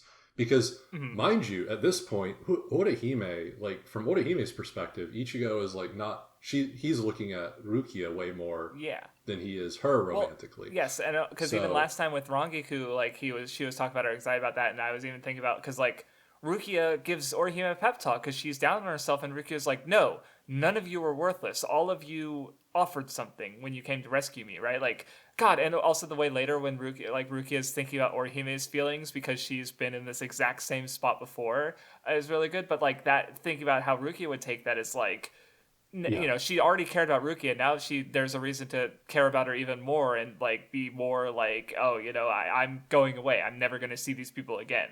Right. Like, you know, like so, you know, if she kissed Ichigo and had that selfishness, she'd also be cutting off something or betraying Rukia in a way if she feels like they're good together. Right. Like, you know, so it's God. Yeah. And even, I don't know, like, seeing Urahara in these moments, because when the Arankars initially arrive and then leave, having completed like their unknown objective, which was later revealed to be, you know, Orihime, you see Urahara in like deep thought while Renji and Chad are training. And it's really cool to see Urahara like this, because we generally don't see him like that. Like where he's not being off goofy guard and off guard, but now he's just standing there and like looking really serious. Just those cool little inklings from the characters I really enjoyed this time around, and we get a lot of that from several characters. I mean, even going to Ichigo in the rematch he has with Grimmjow, whenever they come back to the world of the living for a little bit, like Rukia saves his life, and Ichigo is super ungrateful. Like, he doesn't thank her or anything. It feels more as if Rukia got in his way. It's that pride coming through again. Yeah, it's cool stuff. But Orihime, still with all that going on, she takes the cake. She shines the brightest, I feel. She's my goat. that little scene where she's talking about, you know, if there were a bunch of me's, I could do all this. Love the same guy. Cute stuff. But but even more so for me, like the fact that she can't do it, I think just speaks to her whole character very much. Her incapability of like forcing anything on anyone, because that in of itself is almost like an attack, right? Mm-hmm. Like a aggressive attack. Yes, which completely goes against everything she stands for. So obviously she can't be selfish in that moment, even when she has the opportunity. I think is cool. God, and just like yes. the panels and build up of like her holding his hand and trembling, and then she's not able to do it, and just it's a good chapter. And even just a minor detail, but just see Yuzu and Karin sleeping in his room, and Yuzu's like leaning on the bed because they fucking love him, and like maybe because he's hurt, and they're like, can we eat in here? And it's like, God, it's good, it's so good. Yeah, very very cute stuff. I do want to. I don't have it written down, but I just recalled the dialogue that between her and Ulquiorra, and Ulquiorra is like, you can't do this, you have no rights. And I'm thinking more about now in the heart and stuff, and it's like what it seems to be Ulquiorra is describing sort of his own existence, and the fact that he is essentially, through not knowing where the heart lies and through not being able to conceptualize anything near akin to bonds, he is essentially trapped in that cage of being fully subservient to Aizen, taking orders, doing what he's supposed to do, never having, which is completely contrary, mind you, to the people in Soul Society just in the previous major arc, where we saw all these people following the rules, but the moment that their consciousness saw something going in a way that doesn't align with their philosophies or their bonds, they immediately acted, in contrast to the rules and regulations. We see it with so many. We see Kenpachi with Shunsui. We see it with Ukitake. We see it with we even see it with fucking Byakuya a little bit, even afterward in the Soul Society, going like, yeah, I'm not going to stop you guys. And of course, obviously, the more prominent one is them, Renji, Rukia coming to Hueco Mundo to help out. It's really cool to see that kind of display so early from Ulquiorra, that what he's voicing to Orihime, this kind of like this situation where she's unable to talk or connect with her friends one final time, and even when she can do it for one person, it's through a veil that no one can interact with her with. That's essentially the life Ulquiorra has carved out for himself, having no heart and having no understanding of the heart. Now that I think about it, that is really cool. Yeah, well, because actually on that note, because I was thinking about how the aspects of their Espada aspects, the fears that Aizen has, that he's ranked apparent, by my reading. Well, because how I would say that factors into the individual Espada is it basically is something that either they fear or it's something that sort of keeps them away from forming bonds of their own, right? Like for Ulquiorra, he because what strikes me about his character is that like he is, even though he doesn't believe in the heart at all, he still like longs for it in a sense. Like he keeps asking about it. He's curious about it. He like there's scenes where like when he tells Ichigo that like Ruki is dead, right? Like he wants to see his reaction. He wants to through outside observation understand the value and the power of these bonds, and that's what his dying moment is, like understanding the heart, right? Yeah, but it was always the part of that. Somewhere deep down, it was always a part of him in some degree.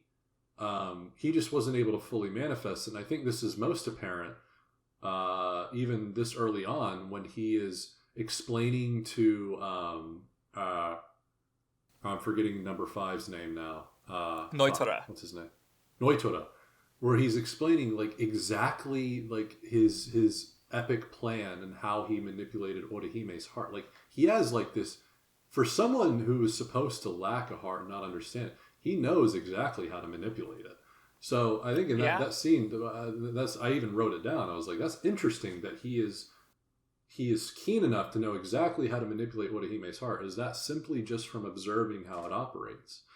or is it something deeper that he's always fundamentally had, just never been able to fully manifest, kind of like Ichigo's whole predicament in this arc? It's a question that maybe I'll be able to answer later the more we get into this reread, but it's just interesting to note that he seems to know very well how to manipulate it very effectively. So Yeah. But yeah, we'll get into that as we talk about, or I'll get more into that as we go through all the Espada fights, because my hypothetical video would also like delve into how they relate to their aspects and such, because it's interesting in itself. And on top, though that said, I do want to say I've not yet noticed, because for my idea of like Aizen conquering his fears, basically, ending with his failure to conquer his loneliness and his anger, I have not noticed what would be the first moment of that, which I guess would be him thinking he's conquered his anger, and or him conquering his, I think greed is number 9. So those would be the first two. So maybe it really starts in Fake Karakura Town. But I don't know. I just haven't noticed a moment with Aizen that I felt like I could decisively say, yeah, this is where this starts, basically. So but yeah, just offering that in case someone else has noticed something. Because if I was talking about it, I want to have it like just defined in a video, like where I could feel like in a podcast it's more loose, so I can just spitball ideas. So yeah, I love right before Ichigo goes to Huecamundo, I love the friendship drama going on, and that whole scene with Tatsuki. Yes, that's like probably top 3 scenes from this short section of the story before Huecamundo. I thought we were friends. God, Ichigo is hurting everyone around him so much, and the way how he responds to being confronted with this hurt is saying the most hurtful words of all. "Stay far away from me," is what he says. That is his conclusion to that predicament, and which is just, when I read that, I was like, Jesus, like, talk about saying the worst thing you could possibly say in that moment to make them feel like dog shit. It's even cooler because it parallels Gin and Gin's whole with Rangiku. That's right. Yeah. But luckily for Ichigo's friends, they have a man like Urahara, where Gin only has Aizen. So I feel like there's more here, because again, Gin's like guide in a sense, pertaining to his goal, is Aizen. Whereas Ichigo's guide consistently has been Urahara. What does Urahara do? Urahara adds that clarification that Ichigo couldn't provide. Therefore, now they know, they understand. Whereas on the opposite spectrum, above Aizen, the one that Gin's following is Aizen. And Aizen, all he is about deception. There's no clarity in anything until, you've already been had. Mm-hmm. So, of course, Rangiku never knows the full extent of what Gin is doing until it's already too late. Whereas Ichigo's friends are able to completely understand it enough to be able to see Ichigo at his ultimate and understand what he's going to do and why he has to do this. That's interesting. And I wonder if there's more to speak on there in regards to Urahara's role in that, in contrasting Aizen. Like, I don't know. Like, I was gonna say, like, symbolically, like, Urahara is a man who can see truth and lies, and then Aizen sees lies and the truth or something, and I guess that's because that kind of plays on the dynamic going on there with Ichigo and Gin playing on similar roles. But I can't really extend that into some thematic conclusion right now, unfortunately. But I just noticed that as I was reading that, I was like, oh, Ichigo is playing the same role as Gin. But Ichigo's sort of guide on his quest is Urahara, and Urahara explicitly tells them what's going on. Not only just tell, he does one even better and just shows them. And Rangiku never knows, and Gin's dead. And it's rip. It's so sad. I feel like there's something that can be extrapolated more there, and maybe the comments can do that for me, but. Because these guys are more keen than I am on Bleach. So, Anyway, you got anything else to say about the stuff pre-Huecamundo? So I was, a little earlier I was thinking about like Hachi, just like, because in an arc of where I was bringing up like maybe mentors being flawed in some ways, Hachi spits, he says how you should be is important, but how you want to be, right? With Orihime, which is really good, and unfortunately it doesn't really get through yet, but it's still good to have there. Of course, Orihime's proclamation that she wants to, fight. Next time we see, she sees Ichigo, she wants to be able to fight without looking at his back. But of course, unfortunately, like that, it has to be mutual because Ichigo refuses to fight without, without someone else. Like even when he's like fighting back to back with Uryu in like Soul Society, or not before Soul Society, like there's a level at which like he's not fighting with anyone side to side. I think it's literally only Orihime that he really does that with. So yeah, I was just thinking about that. And then that is cool. That extending it to that fight. Yeah, that's cool. Nice. Well, and speaking of Orihime, the quote from Aizen, whenever he's deducing her power, and he comes to the conclusion that it's a rejection of phenomena. He says, her powers violate divine law, and of course, with that explanation, that connects the thread of like why Aizen would be so curious about it and want it for himself, because his whole shtick is about usurping the current god above the world they know, right? So anything that can like reject the phenomena, kind of, you could see all the phenomena in the world as a byproduct of this god, and having an entity who can directly negate it is. Yeah, of course that would pique Aizen's interest because that's what he's all about, right? It's cool, and like what the implications for this are for Orihime later on in Arrancar, I don't really remember, and I don't even know if it's that relevant. I'm pretty sure in Arrancar it's not really relevant because because I remember being a little disappointed about that the first time I read it, because like Orihime has that moment of resolve. Because she's thinking like, I can do something about the Hogyoku, or something, right? But then obviously that never materializes because she's just kind of like Ichigo comes into the picture and he has to protect her, and so her agency is honestly God, I hadn't even thought about before. Just the fact that she really has no agency in this arc, regardless of like whether if anything, she has more agency under Aizen because she like heals the two girls, the two other female Arrancar, right? Like when with Ichigo, it's like heal me so I can fight Grimjaw. And what does she do after that, right? Like, because I have heard people take, that they take that like her in Arrancar, her relationship with Ichigo is pretty toxic, and that was more from like a shipper lens of like not being respectful for like how this is a low point in their story, but like it's true to a degree, right? Where it's like they're both at their lows in this arc, and it really reflects with Ichigo versus Ulquiorra especially, but. I just hadn't thought about how it's like, because Orihime, she wants to have that agency for herself. She wants to contribute to the group. She wants to, destroy the Hogyoku, but no one lets her do anything. Except, Aizen like brings her in just to show it off, and if anything, get a reaction out of her. Ulquiorra at least gives her choices, right? Like ultimately, it's like he says you can see one of your friends, right? Like you can choose the friend though, right? Like there's, but Ichigo is like no. I'm already conceptualizing, by the way, just, a headcanon moment. By the way, I can see very well how a scene transpiring, like because we know later on Aizen literally merges with the Hogyoku. I could so see a scene where Orihime is getting closer and closer, or what she thinks is to the Hogyoku, and then Aizen kind of like reveals that it's already a part of him, and he goes, "Go ahead, Orihime, reject it." And Orihime's like, and then she can't, because again, it's a fundamental. It's not like she can't destroy people, like living things like that. This fundamentally goes against her very nature. So I could see Kubo writing a scene where Aizen shows her and is like.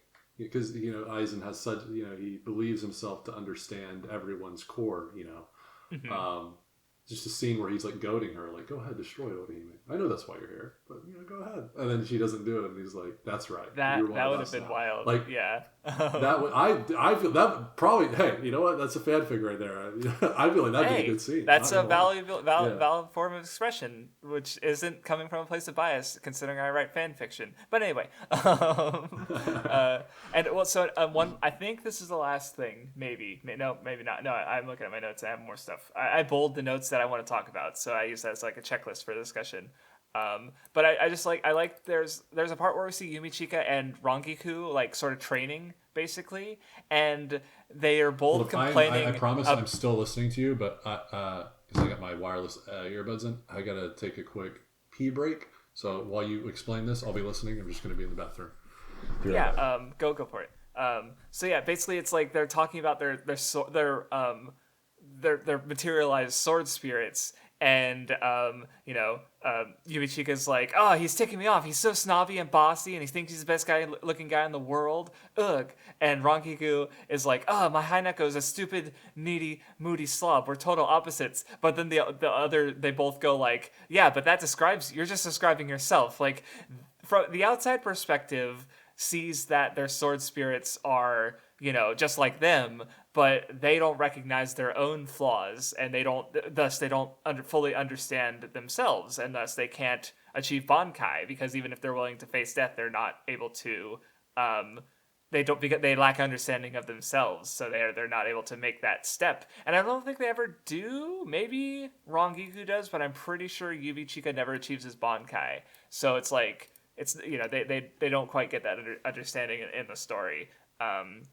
So I just thought it was interesting, just sort of like, getting at that pretty directly with that conversation. And it's funny because they're both like, they're so blind. And then... I'm back! Yeah, you're good. I think that was all I had to say on that. That was a cool perspective. I actually did not come even close to that thought. I just thought it was a funny scene. But no, yeah, you contextualizing it that way is really cool. I don't think they do it. From my recollection, they don't achieve Bankai. So that is a cool, they can't see. And it's even funnier because aren't they the ones that like acknowledge it? Like Rangiku's like, well, that just sounds like you, and then Rangiku yes, talks exactly. And then he goes, well, that just sounds like you. right. It's so funny that because it's like because they refuse to see themselves from a more objective point of view, like even though they're able to see the other one more objectively, because it's just their own perceptions of themselves are holding them back because of that lack of self-understanding.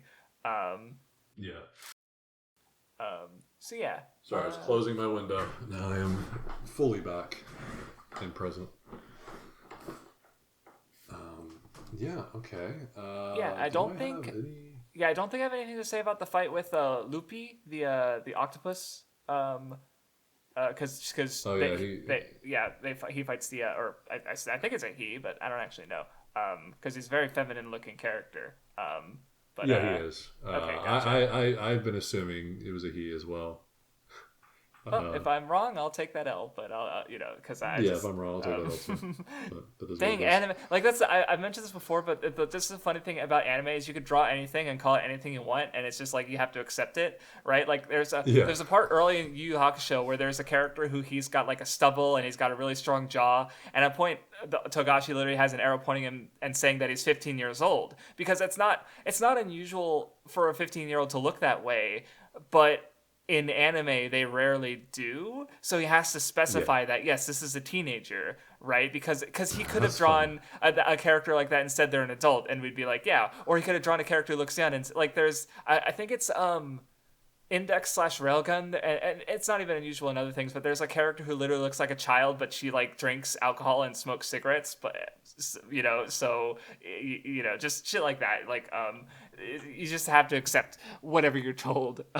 So I was just thinking about like, here's this character where it's like, well, I could buy that as a woman, but I think they're called guy. So I'm just gonna I'm trying to find an example, but I'm just missing it, and apparently. Oh no, sorry. Were No, you that was it. I was just trying to remember if I feel like I maybe got something out of the fight, but I was wondering if you did, because let me check my notes. I do not have any notes on it, but apparently I missed my notes about Ryukin and Ishin. Oh, there we go. You So can talk about that then. Yeah. yeah, in regards to like the conversation, obviously, on the surface level, it's just like Ishin is like, you're a bad father, but then Ryukin, combats it and says, you're even worse. And Ishin actually agrees. And, in that moment you think, oh, well, it's because, like, at least Uryu knows that Ryukin is a Quincy now, and Ichigo still has no idea his father is a Soul Reaper. But you could even extend that to, like, it's really cool to see that in this arc, Ryukin essentially helps Uryu, not essentially, he does help Uryu get his powers back.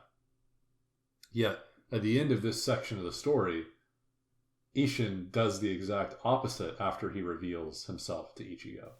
He helps Ichigo rid himself of his powers, of course, to protect his friends, but it's still, I feel like there's some subtle play there, in that, like, they're doing the reverse as in their respective roles as fathers, because later on in this very, saga, the Arrancar saga, like, Ishin would reveal himself and then immediately go and show Ichigo how to power up and lose his powers. So that's interesting. Because I will say, like, both of them are giving their kids the ability to fight and protect what they care about.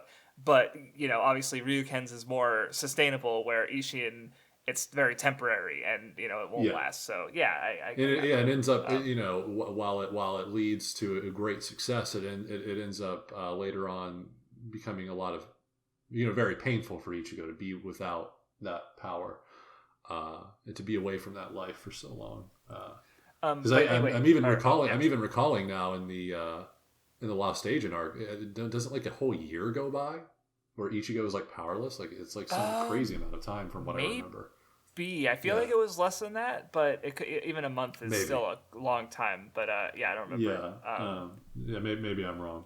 Maybe it is because Satsuki's hair grows out, so I think there is a time skip. Actually, now you mention it. I feel like it's said that like a whole year goes by or something like that, but I might be wrong. I don't know. But anyway, so what I actually had to say about Luffy had to do with when Orihime restores Grimjo's arm, and Grimjo sort of takes his spot back as the sixth Espada.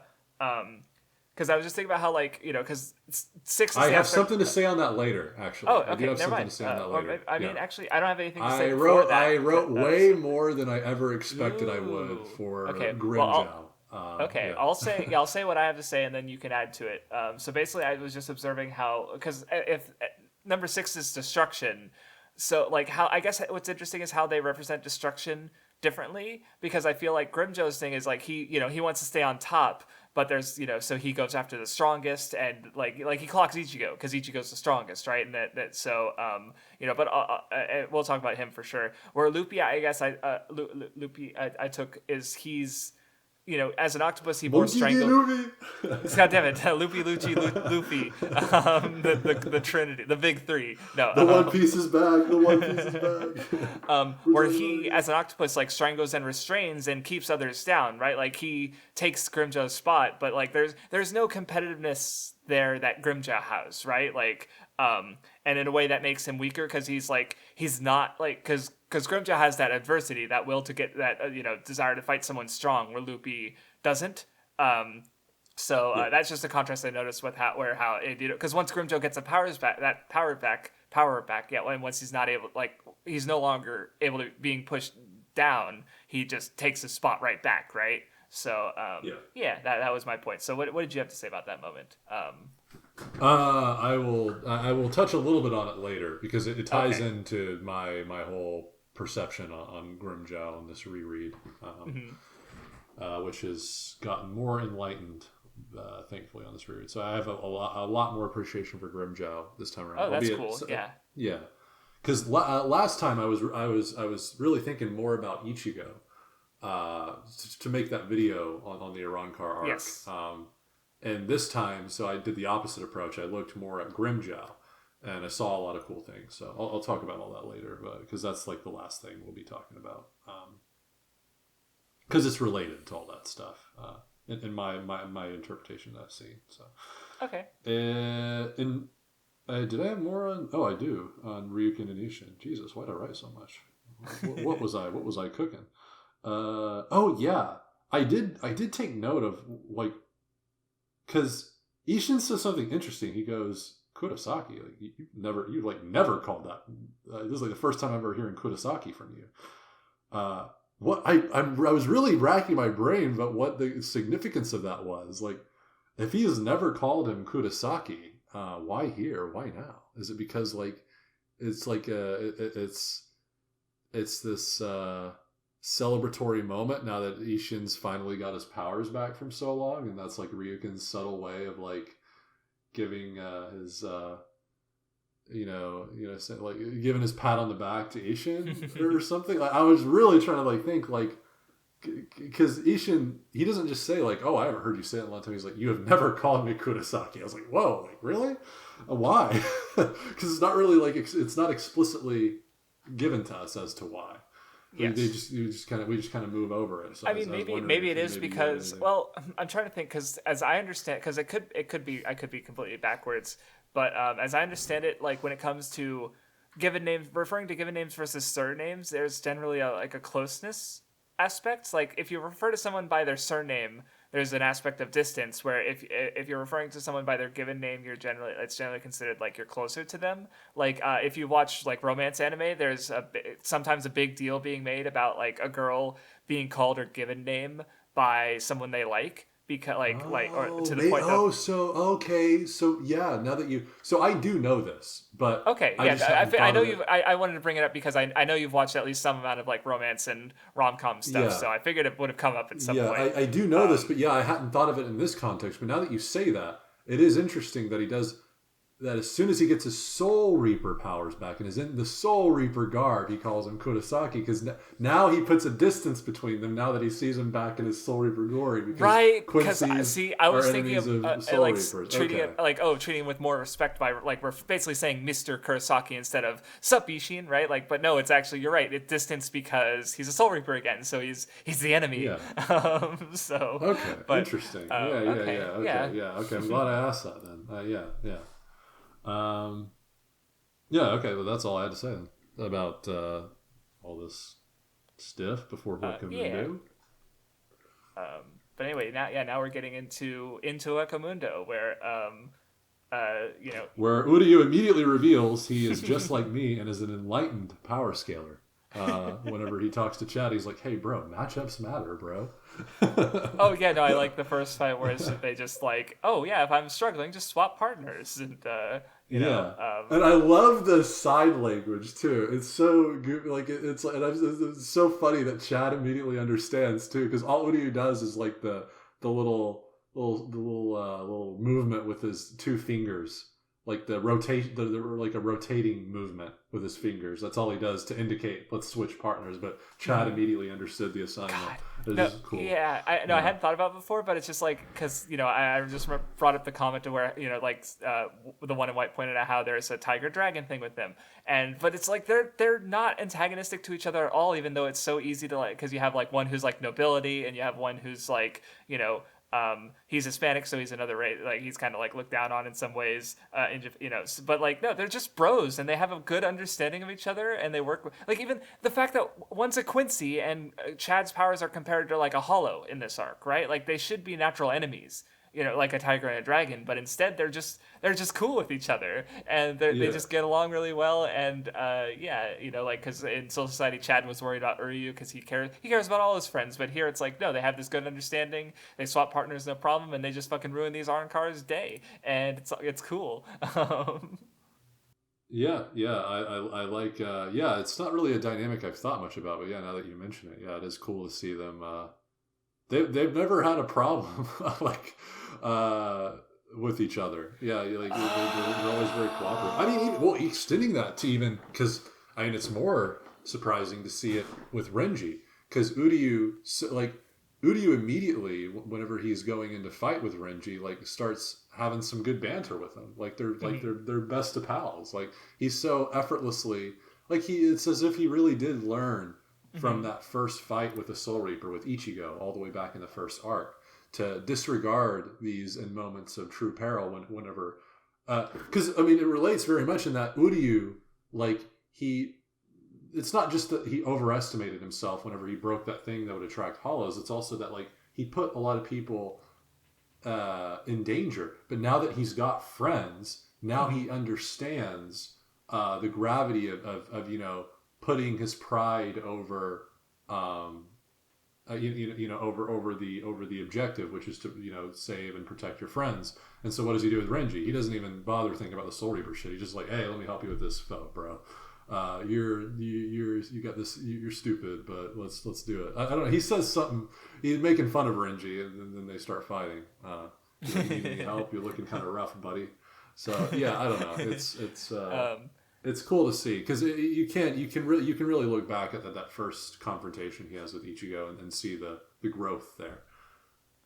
Because he doesn't even mention, because it is really cool to see. He doesn't even mention the fact that like he doesn't say anything snarky like, oh, well, you are a Soul Reaper, but I'll help you out. He just says, like, oh, of course I can help you out because you're part of the force that's here to save Orihime, and that's what matters first and foremost. So, well, cool. yeah, and what I realized while you were talking is, because one thing I think is interesting about the Fullbring arc is because Ichigo doesn't trust his companions, right? Like, like there's when Tsukishima uses his power to sort of get everybody on his side, like because Ichigo had been spending all of the Arrancar arc putting himself in front of everybody else and not respecting their power, and we even see like Chad and Rukia get their shit kicked in, right? And he's just like there's a level at which they can't protect themselves, but they don't see each other like that at all. Like Uryu and Chad don't see the other as weak, even though they recognize like Ichigo is strong, but like they're not disrespecting each other in the same way Ichigo sort of seems to lack trust in their abilities, right? And I was comparing that to skip ahead a bit. Chad versus Mosqueda, the Arrancar guy. I think because so one of the things I was going to bring up with the former Espada that they fight is because I think Dordoni's number 103. Oh god, how the fuck do you pronounce the girl's name? I don't fucking know. Suruki. She's like 105, right? Yeah, she's 105. Well, so because I checked and 7 was it's it's the guy who fights Byakuya, and I remember his was like ecstasy, or I think it said hedonism on the wiki. I feel like ecstasy was the official translation, but I could be wrong because they haven't gotten to that point. So I was thinking like, well, because I don't know what their former ones are, but my assumption, I feel like, is it just like as straightforward as like 107 was formerly 7, was Dordoni formerly 3? I think so. Right. That's what I took from it. Right. Anyway. So because what I noticed about their fight is that Chad overpowered Mosqueda through because he does like fighting, right? Like, and he sort of learns the lesson that Ichigo has to learn, basically, by accepting that part of himself. But Chad already has that lesson, and that's like he lets the devil out, right? He decides to accept that part of himself. Like he doesn't fall to it because again he doesn't kill Mosqueda, but he does defeat him by accepting. He has ecstasy when it comes to fighting, and he lets that part out. He accepts that element of himself where so I'm not sure how that contrasts with Mosqueda. I'd have to maybe go through the fight again. But I was just realized, like, I just thought it was interesting that Chad connects to the same aspect that number 7 represents through fighting 107. And but I was just thinking about how like Chad and Uryu have already sort of learned lessons that Ichigo hasn't, basically. And my first thought, this one could be wrong, but I was just thinking about how like maybe part of it is because like they've experienced like I don't know weakness differently, maybe, where because like Ichigo again he's so insecure and he's so desperate to get power, but maybe Chad and Uryu have just like accepted their lack of power in a sense, but they don't let that hold them back at all, and that's why they've matured to a degree that they can fight by each other's side and not like they can fight side by side with another person where Ichigo still can't do that, right? So I just thought it was interesting how it's like not only are they like Chad and Uryu like cool with each other, but they're more mature than Ichigo is in some ways but maybe they also don't have the burden of power as well, I think, because Ichigo is the strongest, and that comes with, I think you really see that in One Piece a lot, right, with like Luffy and Zoro especially, where they're the strongest and they have this like drive to protect everybody else in a way that because like the others aren't as strong as them, right? So I don't know, I was just thinking about it. Yeah. You mean Luffy thinks that, okay? Because in that scene where he's fighting Bluno, he thinks of Zoro too, okay? Well, When he's thinking of like my friends are weaker than me, he thinks of Zoro too. Okay. well, I was thinking of just like more. I was thinking of Sabaody because like there's the part where like Zoro warns Luffy because he's like, I think one of us is gonna get hurt here, right? And what I took that from that is that like because if there's anyone in the crew whose strength Luffy trusts, it's Zoro, right? It's Zoro and Sanji. But here's Zoro, the guy who's been with him the longest, the guy whose strength he can count on the most, is saying, yeah, bro, I don't think we got this, right? With when they're fighting the Pacifista and Kizaru and Sentamaru and stuff, and so that because like that's when Luffy like splits up the crew and runs away. He does literally like the least Luffy thing I can imagine. He always fights, but because he wants to protect his crew, he splits up in hopes that some of them can be saved, right? And that's like his biggest compromise, one of his biggest compromises and losses in the whole story, right? Because he wants to protect everybody. So, that's the moment I was thinking of because that's like Zoro's strength sort of failing, where Luffy that's the closest moment Luffy gets to where Ichigo. Chad loses and in Soul Society, and he's like, "What? That can't be, right?" So yeah, I can't even imagine Chad losing. Exactly. I can't even imagine Zoro losing. Basically, but anyway, that I wanted to jump ahead a bit to make that point because I just we're thinking about their relationship more, and Yeah, cool. Yeah. I'm wondering now that you're mentioning, the sort of things, the sins or whatever they're attached to. I keep calling them aspects. I forget what they're because they haven't explained them yet. I'm pretty sure they're explained like in the next reading. I'm pretty sure, but they they're not. I know they're not sins because there's 7 deadly sins and there's more than 7. Apparently, I've heard. In fact, I assume it's just a rumor. But the idea is interesting that it makes sense that Kubo was at least thinking about it. But apparently, there were originally going to be 7 Espada, and they were going to be based on the sins. He decided to go with something else instead, but he still used that motif during the Ulquiorra fight. So, from what I've heard, and I think I heard this from Radman, is he had intentions to do 7, and there weren't supposed to be near as many like even fights that take place in Bleach. But he was pushed by his by Shonen Jump to do more because people were enjoying it. I feel like we probably heard something, or there's like me and Radman heard something apparently similar. Kubo intended Arrancar to be shorter. But I definitely like before quoting that in like a video, like this is just like conversational, and I guess I hold a lower standard for like I try to link stuff in the description if I link the Nietzsche Eisen analysis that I read a while ago because I brought it up and I thought it was interesting. Yeah. But like it is kind of a pain in the ass to like look up every little thing that we talk about. So big.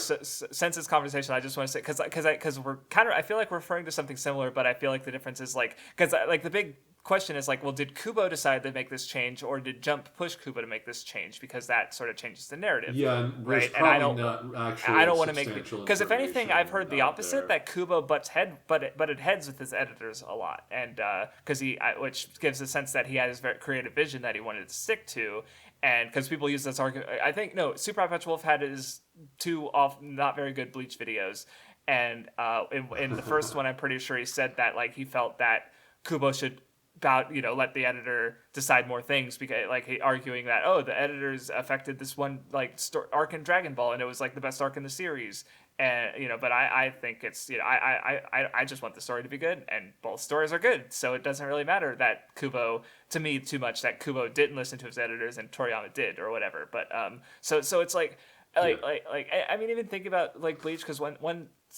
suspicion I've had, again, please don't quote this or anything, but I just thought I thought of Kon because I'm wondering was he just included to be a mascot character because he really isn't relevant majorly, he has a place but he's so tertiary compared to all the characters who were introduced in that first arc, right? So there's a level of he feels way more integral in the first arc, and he never feels that way ever exactly again. The way he feels more extraneous makes me think if there was anything that an editor suggested, less so than they're 7 to 10 Espada and lengthening the Arrancar arc, I'd be more willing to accept that Colin was added because of editor suggestion than that. I'm not saying it was, but it just feels considering how little Cullen adds to Bleach as a story. Like if like even that arc, his first arc is good and interesting, but nothing else of his character like lives up to that, which just make where he very clearly had so much stuff planned, or at least like seeds planted from the beginning, even if he didn't know what they would grow into. Like, but even then, there's so many specific things that it's like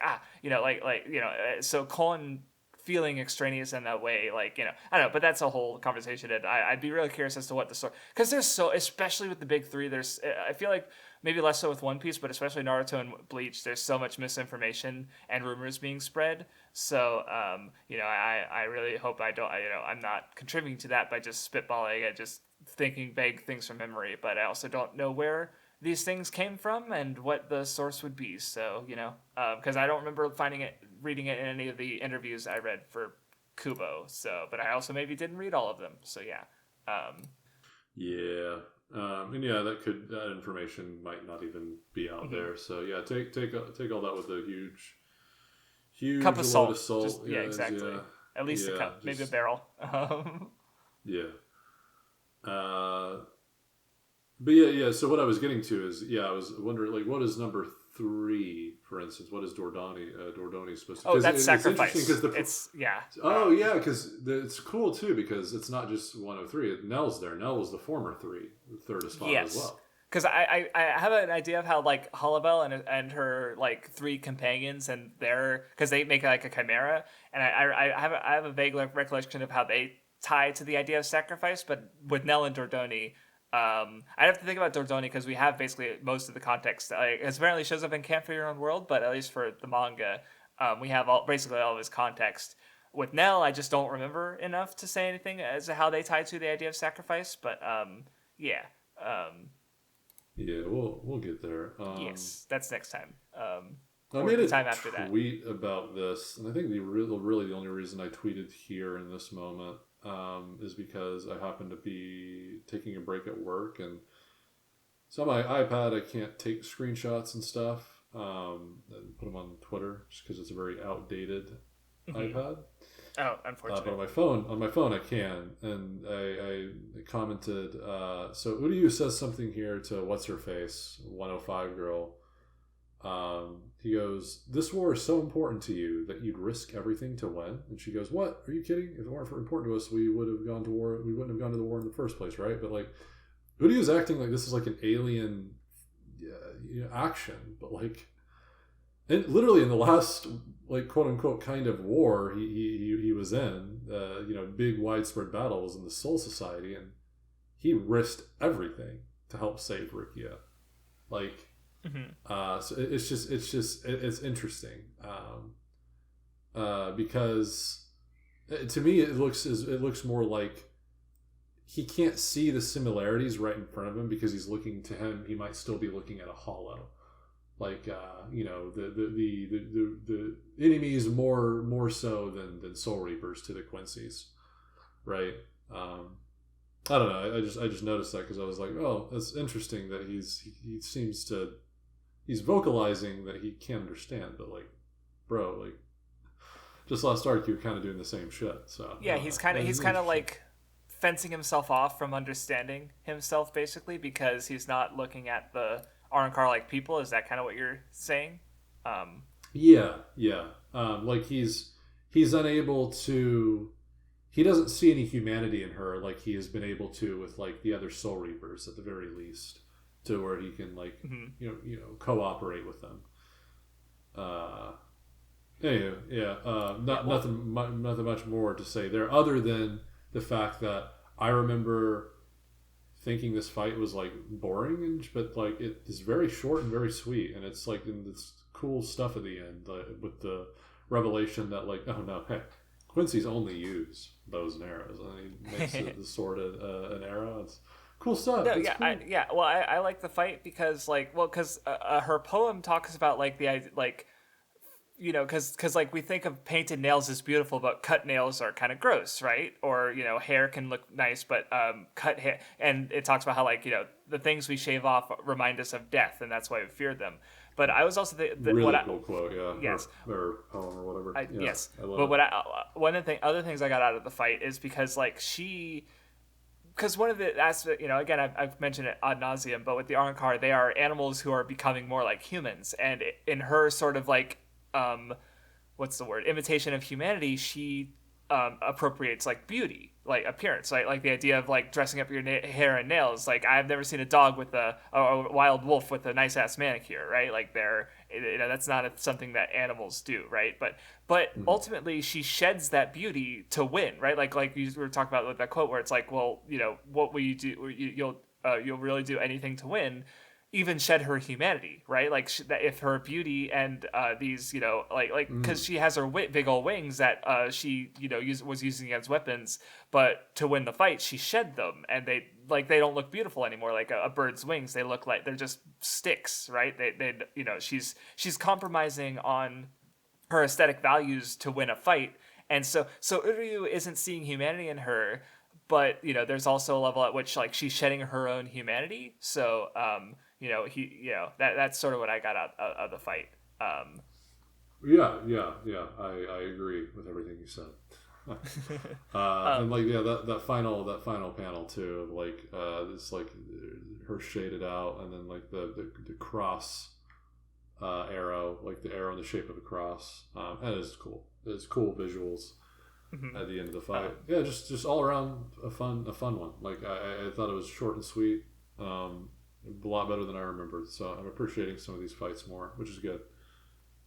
Before we go too far ahead, because a little before that, we see all the Espada, which Kubo's designs are still really good, and the Espada are no exception. Like they're just also striking and like the fact that I still remember, like the only reason I use Grant's his like surname because it's easier to say than whatever the fuck number 7, whatever the fuck his first name is. But him, I kind of remember, I could almost spell it, but like I still remember all their names even without having read the manga, like before this reading, just because they're so just, I don't know, the Espada are all really cool. But one little detail I wanted to notice, because one thing I remember from the Noitora Kenpachi fight is one of the ideas behind it is basically because like Noitora has a lot of maybe not a lot, I don't know, even just in this reading there's the one, because like Aizen's like, hey, these invaders, got to be careful around them, they're trouble, and Holibal repeats that to Noitora, and then Noitora says something like, oh, you're worried about the intruders, like what's got your panties in a bunch, like he said. So there's an aspect of sexism to his character, because it's like Aizen says a thing and he doesn't respond.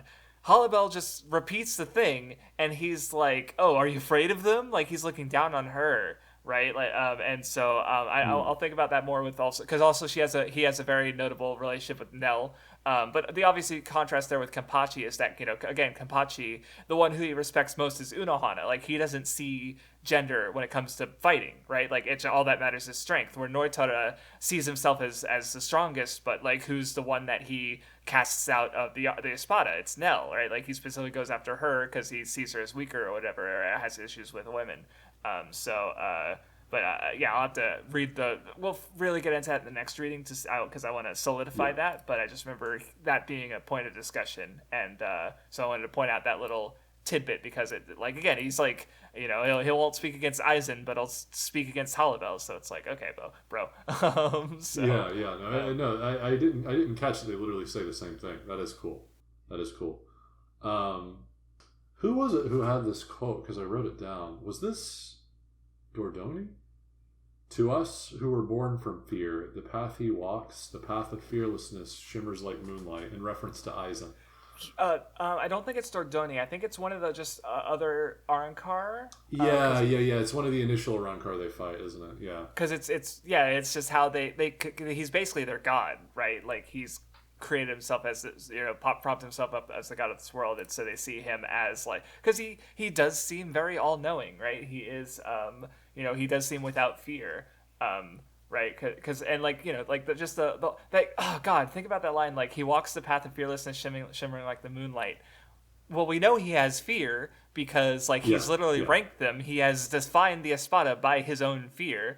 and he's a false moon. He appears to be shimmering like the moon. Like again, That's just, exactly where I was gonna go with that. they're all cool. they're just so enraptured by the illusion, but they too are all looking at the moon reflected in the water, just like Soul Society was. In that they so I guess like it's because like I was talking about before about how like because I made the comparison to Urahara, because Urahara is like, oh, the goofy parts and the serious parts are all part of the same person. Where with Aizen, Glasses Aizen is a falsehood, and the when he takes off the glasses, that's like the true Aizen.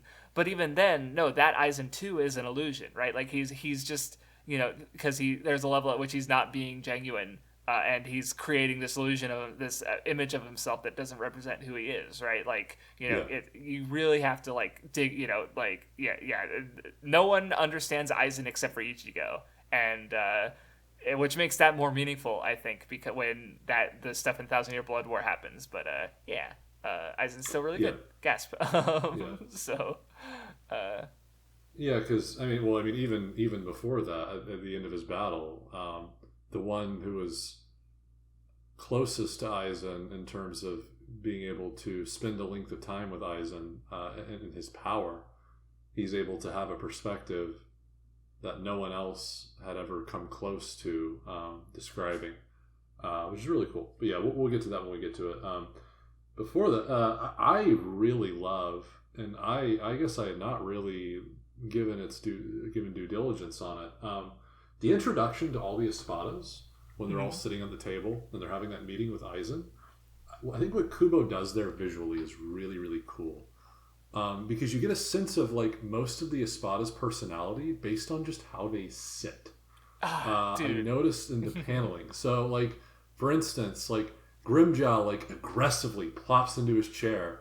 Ulquiorra like gracefully seats himself, like using like his he's just got his hands to his side, like sits down with his quads, like just completely and utterly like formulistic, almost robotic in a sense. Just like he just sits, and like there's no touching of the table, nothing. Whereas Stark like rests his hand on the table and like leans against it before sitting down. We literally get a panel of just his hand leaning into the table, kind of alluding to he's more of a lazy, easygoing guy. Holybell takes a slow seat to the point where she's like bending forward and it almost looks like she's bowing, which is kind of like speaks to her conviction to Aizen. No, because right? like the quote I point out is like she's literally quoting Aizen when she's repeating to Noitora that you were just warned by Aizen, like in quotation marks. Complete reverence, right? Yeah, exactly. Yeah. So I just took note of that. I was like, meanwhile, really like cool. Noitora has fucking like Noitora is the only like he's like laughing and just because he's also very boisterous. So where Grimjaw's more quiet aggression, like Noitora's because he's also got action lines, but he's because he's loud, like it is really he's just he doesn't waste a panel, I don't think, because I think I remember at the time I was even like before I'd read Bleach I was like making fun of it to my friends who had read Bleach, like, oh, there's no backgrounds, but it's like Kubo's art is so phenomenal, and like that is a part of the like how he lays out a page and how you read through it, right? Like because and like he's just so. I think most he's Bleach so fans good. would say exactly what I'm about to say. The more simplistic backgrounds and at times even the lack of background helps Bleach because what Kubo's intentions is to highlight the characters and make them pop more, and I think he predominantly does an amazing job at that. So and I think a good. You've gone through Berserk, right? Anime or manga or. Yes. Manga, of course. Okay, so like I remember people making a joke, like basically making fun of Kubo, basically because there was the one spread where Guts is facing off with Griffith in the Golden Age arc, and you see the city behind them and the sun and the like as they're drawn swords. It's a fucking amazing spread, right? But there's a meme where someone's like, Kubo's like, wait, hold on, you're doing it wrong, and they just erase all the backgrounds, right? But like I've seen that before. I have seen that and it's ago. Like it's funny, but it's like but it's like they have different artistic like desires, right? Like because I think one difference is that like with like because obviously like Kubo, it focuses more on the characters, and fucking Kubo's not writing a monthly manga, he's writing a weekly, and Miura isn't writing a weekly manga, like like they're in the wholly like they're doing their very different things, but like both styles complement their series, right? Like no one's gonna say Berserk has bad art, but Bleach is also has phenomenal art, but it's very different and it achieves its own ends, so because like like you were just talking about the characterization before we've even seen these motherfuckers' faces, right? Like no, here's what this page gets across where with these characters, like I like Halibel being her head's lower because she's almost back, like that's good, like yeah, it's really cool. And then based Eisen at the end of it, we have intruders, but first tea. Oh, he just doesn't give a fuck at all. I love him. Holy fuck! Like because he's tea. And it's so like because how did they respond to that? Like yeah, they don't really respond to it, but just like he's very much like. There's a battle coming up, but that doesn't define that doesn't define him or who they are. Like he just doesn't give a fuck, and it's great. Yeah, but in reference to what you say, I actually took a note of his quote. That don't underestimate them quote. But he says more. He says they were among the Ryoka that invaded the Soul Society and defied the 13 Chord Guard companies. I think that word choice is very intentional because he doesn't say. They were the people. Ichigo was the guy who defeated Byakuya, or whatever. He says it's merely taking note of the fact that they were defying the status quo, and that enough for Aizen grants them like this special status in his mind. Yeah, so no, and it kind of goes to show how low the bar is from his perspective, really. Yeah, because like they're nothing to him, but they're the most notable ones, right? Because like again, he wants the Arrancar, the Espada, to do that. He wants them to challenge him. He wants to see them grow, but like they're so subservient to him because of their fears, right? Like fucking Ulquiorra is like just takes it, like I was talking about last time, where it's like Grimmjow went against orders. But Tosin was the one who delivered his justice on him because he's on some level like values that you disturb peace, right? Where Aizen kind of didn't seem to care too much, right? And if anything, when Ulquiorra went against orders, he was perfectly fine with it and didn't punish him at all, right? So because he ultimately wants them to have more independence and agency than they're showing, because like again, they all just slavishly sort of take the rankings as gospel because they have no reason to deny it, even though like, Ulquiorra is so sure that Aizen didn't know about his second resurrection because Rio, or he might have been the strongest Espada, right? But he, it didn't really matter in it because power doesn't. Yeah, I think even the first fight with Uryu and Chad versus the two Arrancar really shows that like just raw power really isn't the end all be all, right? Like there's a bunch of other fights in Bleach that also do that, but like they're having a bad matchup, so they swap matchups and they have an easy time all of a sudden, right? Like it really, like I think we also see that with the Espada fights because like you have like Renji and Uryu struggling against Grants, and then Mayuri comes in and he's like, yeah, I got your number, motherfucker.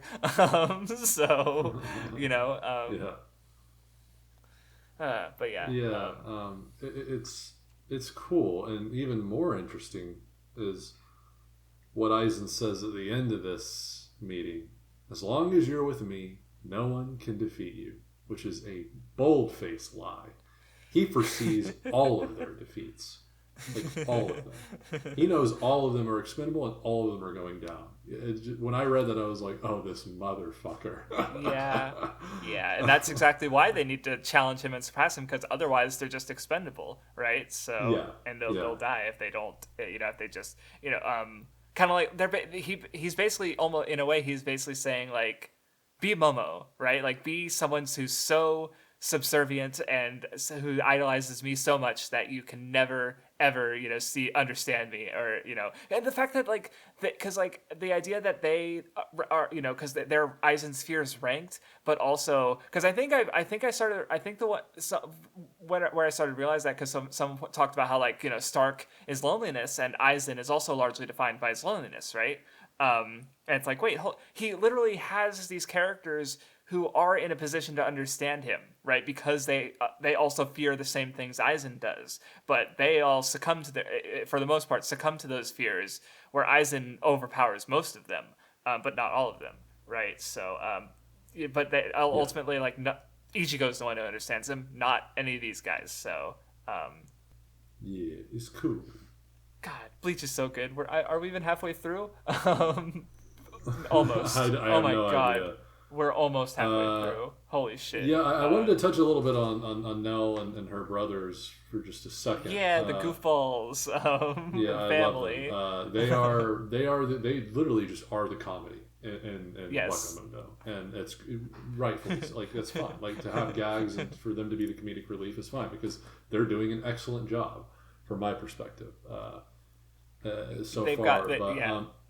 I think it's cool that Nell and her brothers kind of made a surrogate family, similar to what the people in the Rokongai do. And I'm wondering if this is a common thing in Wakamundo like it is in Rokongai. And if so, it might be more like the Soul Society than how it appears on the surface. Yeah, because we like, really like for instance, like yeah. Los Noches might be like the Seirete kind of thing. And then like all the surrounding desert, like the Rokongai. That's I don't know. That's kind of how I was literally because we do see a couple bits and because it's like we have Nell and I think we see a little bit with Baragon because he had his own kingdom before Aizen came in, and then other than that like Grimjo where it's like because for Grimjo it's all just battle, right? Like it's all like animals just killing each other, right? So Baragon at least he propped himself up as a king, so he had some semblance of striving for humanity, and in fact he's the one he's a skeleton, he's a human, like that's his animal, right? Like human, so he's the he's the most human like of the Espada in that way, I don't remember too many details from that though, so we'll have to we'll get to it. But no, I like the because it's very possible. It's not impossible, but I feel like I don't remember the full backstory for Nell and her friend. I remember she gets kicked out, and I'm pretty sure they save her because they're just hollows, right? They're not Arrancar, right? I don't think so. Are they even before? Yeah, no, because it's only Nell that gets screwed over, or do they? I don't remember. Do they get transformed in some way? Because again, the Arrancar just like they're hollows made into human images, and so I was just wondering, do random hollows just form family? I basically just trying to think of it from the sense of like, well, with what we know, can we see like maybe Well, we definitely know that they do at least have a capacity, like you said with Baragon, but also even in Grimjow's flashback in this in this section, we see that there's some form of alliances and companionship, right? right? Because they work with Grimjow for a while until because they ask Grimjow to eat them, right? So I guess it's not a good found family, but like it is a similar. It's a group, a pack in a sense, right? Also,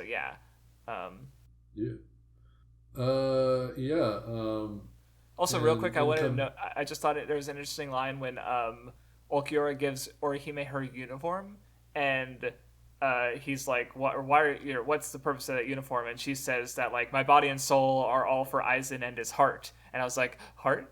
Heart. Because I guess like I don't know. It's just I'm just thinking of that in the context because again, like the Espada are all like kept from forming bonds because of their fears.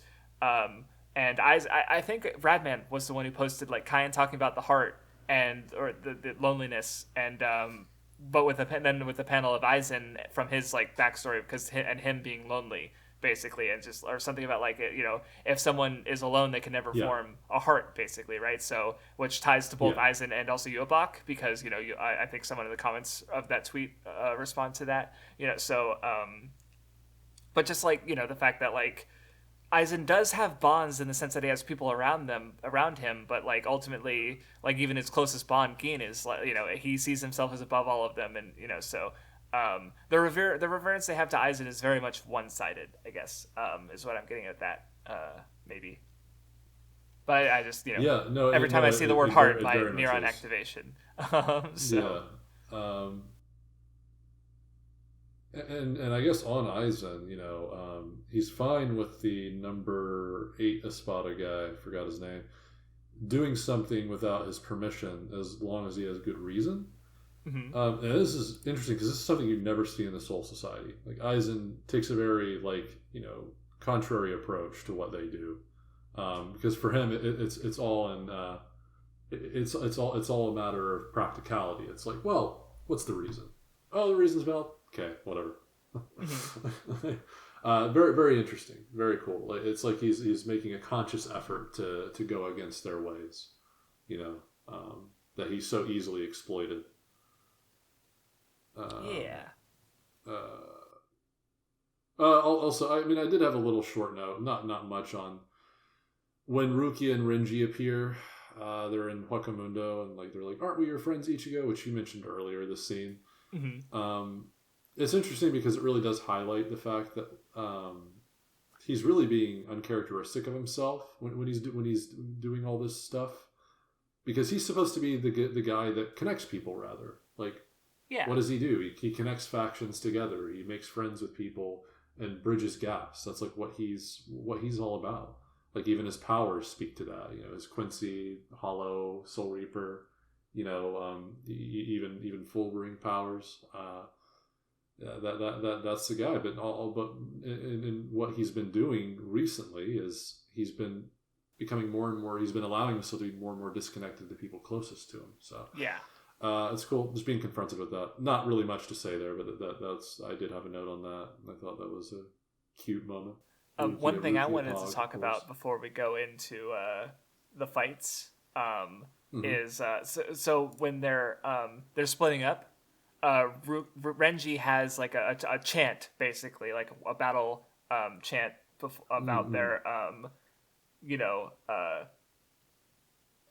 the resolve's not shaking, and because he mentioned what I thought was interesting, because he mentions how it's an old tradition that they don't do much anymore, and I just thought it was because he says, well, especially what made me think that, oh, this might be why, because he ends it with saying, "We will come back here alive." So in sort of shedding this chant and that about them coming back alive, then because that sort of factors into Soul Society sort of glorifying death, right? Because it's well, if they're willing to be sacrificial pawns for their ultimate ideals and goals, and just completely killing Rukia broke a little rule, time to fucking die, right?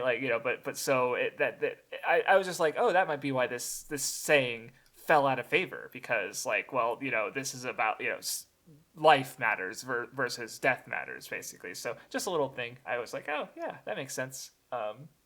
Yeah, I mean, and even extending it to the Ajuchas, the flashback with Grimjaw, as soon as they realize, oh, we can't ascend into fucking Vasto Lords, eat us, bro, kill us, we have no meaning anymore now that we can't keep getting stronger. Just go ahead, our lives don't matter anymore. So it's yeah, it is interesting how death is the ultimate. Fear is very tied to death, and it goes back to what that Hollow said. For us who are born from fear, Aizen shines like moonlight. So yeah, that's cool. It's cool. And also, I was just noticing right after that, Noitora talks to Ulquiorra a bit, and realizing more about him being sexist, because the way he refers to Orihime as our little pet. Just very much because Ulquiorra says, "You're one of us. You are our comrade. You're an ally," and that. She's not locked in the room. She's not a prisoner, right? She's betrayed Soul Society, and she is working with them, right? But that's not how Noitora sees it, and just the way he's looking down on her, just stuck out to me. Yeah. Yeah, on that scene, I already earlier noted, because that was the same scene Ulquiorra was going into how he manipulated her. So I already talked about that. Mm-hmm. I think it is. I think the conversation right before this with Aizen and Gin is also pretty cool. Gin asks Aizen, you seem to be enjoying them getting closer and having more success. But Aizen responds that it's not far off. His feeling is not far off from enjoyment, but it's not quite enjoyment. And I find that very interesting because, like, well, yeah, that makes sense because he's already expected them to plow through the first hurdles. So there's, in actuality, really nothing that's surpassing his expectations. So like, he can only be so elated with that in mind. But Gin says something interesting in response to that. He says, oddly enough, I feel the same way. And, you know, given the full context of his plan, that makes a lot of sense. Given that, seeing their side getting, you know, showing, you know, signs of potentially being able to contest Aizen's plan is good for him, because that's ultimately what he wants to do too, is thwart that plan.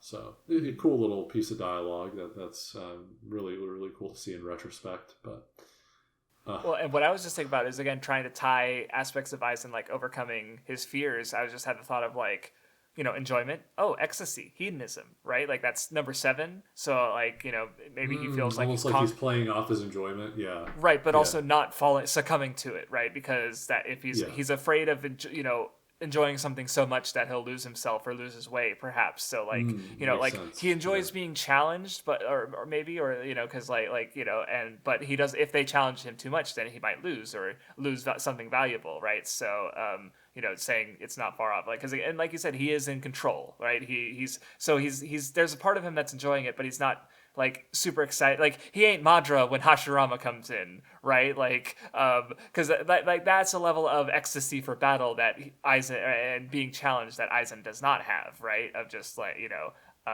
so yeah, I don't know. Yeah, but interestingly enough, they both have very similar panels in certain sections of the story. One of which literally relates to exactly what you just said. As soon as Aizen is revealed, I think Radman pointed these panels out to me. Aizen and Gin are both smiling as they're walking away. It's right after Aizen stabs Momo and one-shots Toshio. No, I'm pretty sure my thumbnail for my Aizen video is literally, like, Aizen having this very fucking smug-ass smile, right? Like, it's very easy to see that and think, oh, he's digging this. But then there's an immediate panel below it that precedes it has him immediately quelling that enjoyment.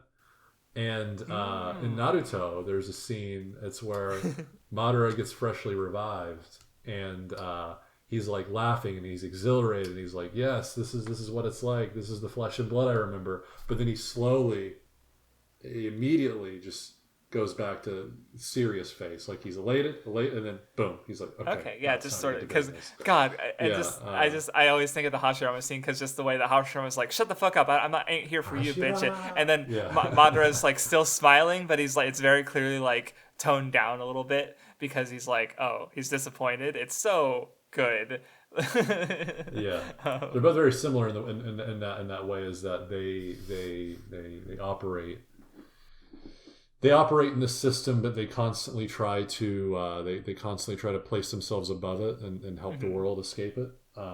Yet they're subject to it, just like everyone else. And you see that from Ichigo and his explanation after defeating Aizen, and in their interactions thereafter. But I'm so sorry. Like, this is I love this trio. To go back, like, one of my favorite comedic quotes thus far is from the big guy, is it Pesh? Who's the bigger guy? Dondo Chaka. I wrote it down. Dondo Chaka. And what's the slipper guy's name? It's like a sound effect. What was it again? It's a repetition, like Naga Naga or something like that. I don't think it's that, but it's similar. Okay. I know it starts with a P. Sure. Not Pesh. I thought you already got his name down. Oh, Pesh. Okay, so it is Pesh. Okay. I thought it's something like that. Hold on. I'll find it. Okay. Yeah, Pesh, and Dondo Chaka. Yeah, you're correct. Okay. I thought you were talking about the worm, but I should have figured it. I mean, if you have something interesting about this worm, say it about the worm, then fucking hit me. But I mean, no. I just something like, dude, like, one of the funniest fucking moments is Dondo Chaka talking to Renji, and then Renji's like, oh, he's not here. Dondo Chaka's like, he's not here, and then Renji's like, he was never here, and then Dondachaka takes that and goes, "Oh, I see. He must have never existed in the first place." And she's like, "No, that's not what I fucking. The fuck." That's so funny. Oh god, I didn't know he just was my takes that and, imaginary like, friend the whole time. Nell was so yeah, polite for responding to him like it was a real person. No, that's pretty funny. yeah, shit is Though what I so noticed funny. is like, because I like when Renji's being followed, realizes he's being followed by Don Chaka, he mentions like his spiritual pressure, Ichigo, and I was like, huh, maybe it's because Ichigo's also like has hollow stuff going on, so he senses a hollowish spiritual pressure, and he thinks it's Ichigo for a second. I was just like, what? I was just wondering to myself, like, why do you think of Ichigo specifically? But I just think of it, just answered the question for myself. So, yeah. There you go. Yeah, nice. And also, Pesh is really funny with the Ichigo stuff, and Uryu. He's like, because Uryu keeps going like, or no, he calls him Uryu, but then immediately proceeds to go call him Ichigo immediately after. He's like, "Bro, you just called me Uryu a second ago. Like, you know my name. Why are you still calling me Ichigo?" It's funny. They're Yeah, funny. I also like later, like towards the end when like Uryu's he comes in all cool like, and Pesh is there, and he tells him like, go away because you're ruining it. He's like Uryu cares so much about like looking cool that he's like, dude, fuck off. I'm doing something here. I'm doing a thing. It's really awesome, but you're kind of killing my vibe, bro. Like, I don't just dumb interaction. Yeah, yeah. So yeah, I also want to. I forgot to mention this earlier, and I'm not going to spin because we've already kind of covered these earlier fights. But I did want to mention the fact that what's her face 105 chick has an interesting quote where she says, "Defeat is unacceptable." This goes back to like all the way back to Urahara's first words on relevant to this, and that like you know, you can't think of defeat even for a moment. It's only victory. You must think, I win. Your sword must scream, I will win. You know, defeat is unacceptable. It's not a part of the equation. It's very interesting that we're seeing a hollow convey that kind of same yes. sort of mentality at the very least. Although Yeah. ideologies are going to differ, their mentality is consistent. Like winning, the mentality is always consistent when it comes to who's going to win the battle. So, and ideology is rather irrelevant. I mean, even going to Aizen, while his mentality was warped because of his ideology, his mentality is what ultimately disabled him from winning, because it's that faulty ideology that made his mentality waver at the very end, because in actuality a part of him wanted to lose. So yeah, I know, it's cool. So I think I mostly said what I have to say about that fight earlier, but one thing I just noticed scrolling through, I don't know if this is the same in Japanese, because maybe it's just like there's too much text to show, but this might be the first poem, if not the only one, where there's a second page. Maybe I'm wrong about that, but I mean, I was just thinking about in the context of the poem about like, things being, things endlessly adorned and polished being cut off. Like, it's like a part of the poem is cut off and put onto fallen onto another page, in a sense, like a cut nail or cut hair. So yeah, I was like, oh, that's wow, that's really cool. If it's the same in Japanese, then that's the case. But where there's where there's two pages to it, because it could just be on one page in Japan, in that which it's neat that it works that way in English. But I was just took note of. I was just going by, and it's like, hey, that's a neat little thing. Okay. Because there's a whole type of poem where the way the poem is like laid out matches something it's like shaped like a poem about a boat that's shaped like a boat, like that kind of thing. So that's a whole thing I vaguely remember from school, but that's not what this is. But I just remember that's like a thing. Interesting. Yeah. Gotcha. All right. But I don't have much to say about. I think we've actually talked about, like, because out of the three fights, the only one we haven't talked about, unless you have more to say about Chad's one, because I'm definitely done with both Uryu's and Chad's. Yeah. I don't think we need to say any more on that. The Okay. Dordoni stuff. That's the I one. haven't really touched on that because all of my thoughts, I didn't really take much more out of it from what I elucidate in my video from a while ago. So okay, I thought I just figured, because you did. I don't know, the way you tweeted about it made me think that you're reassessing maybe it, or maybe you just like forgot how much you like Dordoni. Oh no! When it comes to the Dordoni fight, I've always liked that fight. Gotcha. I've consistently liked that fight. It's more so the other, like the Chad stuff, albeit it's way shorter than, even that one's way shorter than I remember. But the Uryu one I remember not liking, but now I like it. So Yeah. Yeah. Albeit, I will say, spoiler, I don't know how much we're going to even talk about it because we don't really get into much. I mean, we get, I guess, a substantial amount of Renji and Uryu. As of right now, I do not care much for the fight between number 8 guy. I really don't. Every time we cut to it, I'm just kind of. I do like some key moments. The Renji with the Hado blast. That's cool shit. And then how it's a perfect setup into Uryu's thing. That's cool shit. Okay, so there are. It's not like it's like all like I'm like bored and sleeping or anything, but some of it is really cool, especially when you. Actually, I'll get into that later. Yeah, I might Maybe have I'll stuff get. to say. Maybe I I'm can get just, into that. but yeah, no, Yeah, because like yeah, the Doroni fight's cool, and his he's trying to push Ichigo to be strong, and because also there's the like if I beat you at your best, then I have no regrets kind of thing. But ultimately, like because Ichigo spent the whole fight underestimating Dordoni, but at the end of the day, it was Dordoni who was underestimating Ichigo. Yeah, it's still he's good. I like his just angle of like he's trying to help Ichigo in his own way, basically. yeah. And he's cool. Nice sacrifice. Yeah, that. Oh yeah, there you go. There it is. He's I don't know. It's not super. maybe. That's not. Yeah, it's not. That's not Because super I think related, but he did. Well, I guess like because after he loses, he definitely like he literally like tells Ichigo to leave so that he can because he fights the executioner guys. So yeah, there's a level at which which that gives does not gives happen with the Ichigo other a chance two. to get away, Yeah, right? so Yeah, essentially right. sacrificing himself so Yeah. Ichigo can get a head start. So yeah, it's there. I'm gonna introduce the Rukia versus Kaien fight with a. This is gonna be the most crackpot theory of Ooh. mine you'll probably Okay. ever hear in this podcast. Okay, guys, get ready for this. This is I have completely bought into my own crackpot theory. Okay, guys, this is canon as far as I'm concerned. So my crackpot theory is that Kaien's soul was reincarnated into Ichigo to remind Rukia of where the heart lies. And this might even explain why it didn't take long for Ganju to trust Ichigo initially, despite him being a Soul Reaper.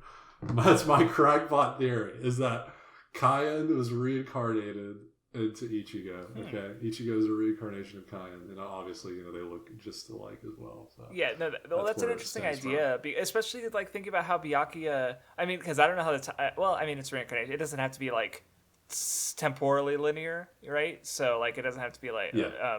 because I've seen it different interpretations that but no, it's definitely interesting because like even just thinking about the way Byakuya compared the two, right? Because he like the way he thought of Kaien and the fact that like they were similar, and it like that also just adds an interesting wrinkle, just like because I was comparing like Ichigo fighting Byakuya and Orihime wanting to help but protecting his pride by staying away versus Kaien trying to kill the Hollow with Rukia staying by and protecting his pride by staying out of the fight, right? And so like because a big part like the reason reincarnation is an aspect of Buddhism is because like through repetitions of life and death your soul learns and understands more and more as it goes, right? So basically like that's if that's because that's an interesting thought. And if it is true, or if you want to read it that way, then it's like yeah, Ichigo is like Ichigo is Kaien, right? And he's overcoming and surpassing him and growing more as a soul, right? And just similar to like how Naruto surpasses Hashirama and Ashura, right? Yeah. So Yeah. yeah, I hadn't thought about that. Do they literally? Yeah, I mean, like they both kind of commit the same actions, especially Ichigo, like with Grand Fisher, even when it comes to the death of his, albeit different. The mentality was a little bit different. Where Kaien was doing it out of pure wrath, essentially, for the death of his. I guess you could read it similar with Ichigo, because I read Ichigo's fight with Grand Fisher more as Ichigo was more mad at himself than anything, and therefore in that moment was trying to prove to himself that now he's garnered the strength to not let something like that happen again. So it was less so about like vanquishing someone he hated and more so about like proving to himself that he was different now. And I'm not sure if it can be read the same way for Kaien. I feel like Kaien's was more like like truly like vengeful, like I'm gonna fucking kill you because you killed my wife, kind of thing, right? Yes. Which of course that's not like that doesn't tie to Ichigo at all, considering like Yubaba killed his mom, right? Like that's Yeah. but we'll get to that when we get to that. Another thing that sort of happens while the fighting's going on, or right after it, because Ulquiorra goes to talk to Orihime, and he mentions that her friends are coming to rescue her, but also he's very confident that they'll die, and I think he even says they're foolish for doing so, and that's when Orihime like slaps him, because like obviously he doesn't because she wants to think that they're because obviously she cares, and did I write that wrong? Because obviously like she wants to think that like them saving her will have a meaning, right, and that will matter, where obviously he just tries to see the reality of things, and also another note I had from that is that Orihime says she's not hungry when usually she eats a lot, and just I just got sad because it's like, no, she's so worried about things. It's also a complete contrast from the last time she did this, which was in the beginning of Soul Society, where she doesn't want to eat until Ichigo does, until he's finished with his training. She goes, "I'm not hungry at all," but her stomach grumbles, showing that no, she is legitimately hungry. Here, it doesn't grumble at all. So she legitimately does not feel hungry. She can't. So yeah, it's cool. It's a cool distinction to when you think back, like she's really like in a bad place mentally to not have her stomach grow. Yeah. Well, there's another connection I had to previous Orihime, but I'll save that one. Okay. But yeah. And then... So the Rukia fight, it was the Kaien stuff. Did you get anything... I mean, my interpretation of that fight is going to be, I don't think it's really worth getting deep into, because I don't see my perspective being any different than the average fans, in all honesty. I mean, I feel like because I've talked about the heart. I mean, I've literally talked about it in a video. I have a Rukia Renji video, and I talk about Aroniro because it's the fucking heart, right? It's an idea we both have a good understanding of, and it's like that's what this fight is about, of her understanding this idea that's very core to all of Bleach, and protecting. I guess now that I think about it, you can look even visually how the Sarankar is distinct from the idea of the heart, where this is literally the Sarankar. It states that, or it's they, I guess, because technically two people in one. They state that they're the only Arrancar that are from Gillians. Or that are from a Gillian. They're previously a Gillian right before they became an Arrancar.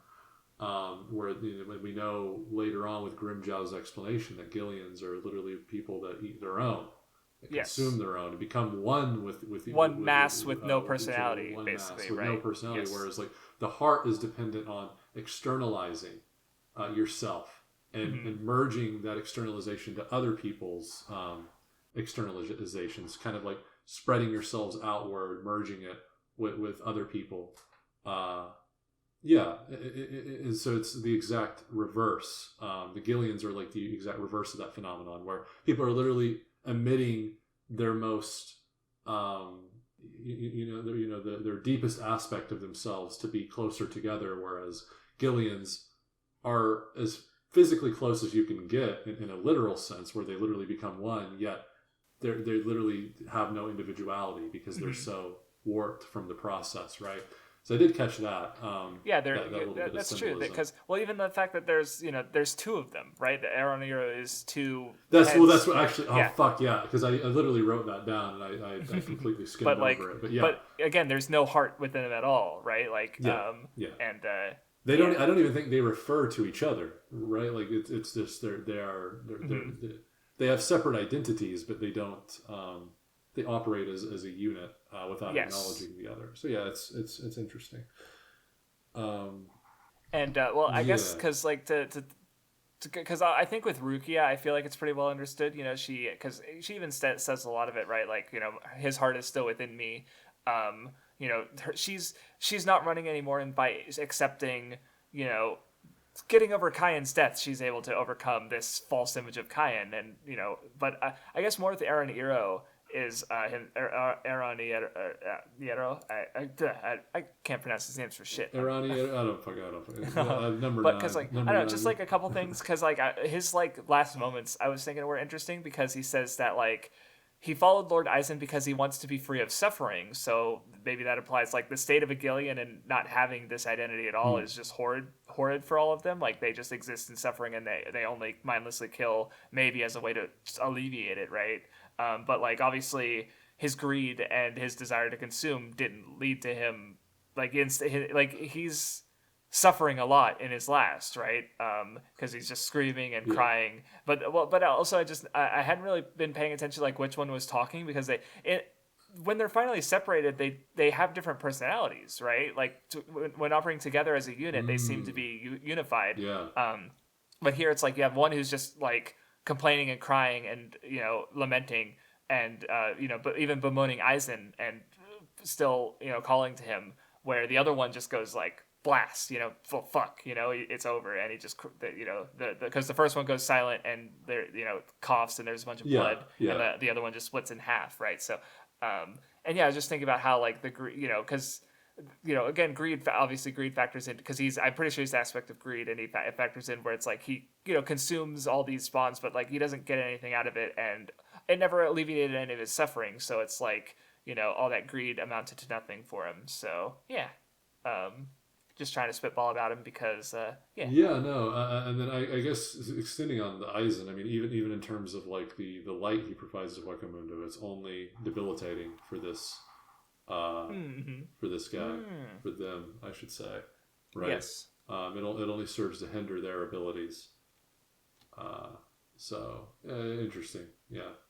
That salvation is sort of a false salvation. In a sense. Well, because I was even thinking about like because obviously like the girl who Uryu fights, she's giving her everything for this war, even though she, and like she's ultimately, sacrificing her own beauty, her own humanity for Eisen, right? Like, and then here you have Aroniro has this deep reverence for Eisen, and like, but like Eisen's world is literally he's not fit for it, right? Like he even this artificial sky is too much for him, right? Like he's a being of the darkness, and he can't exist in Eisen's world, but yet he was willing to be in this place that's not fit for him because he was hoping to be relieved of all of his suffering. And again, he has that idolization of Eisen, and that but a lack of understanding, and just dies helplessly for it. So yeah.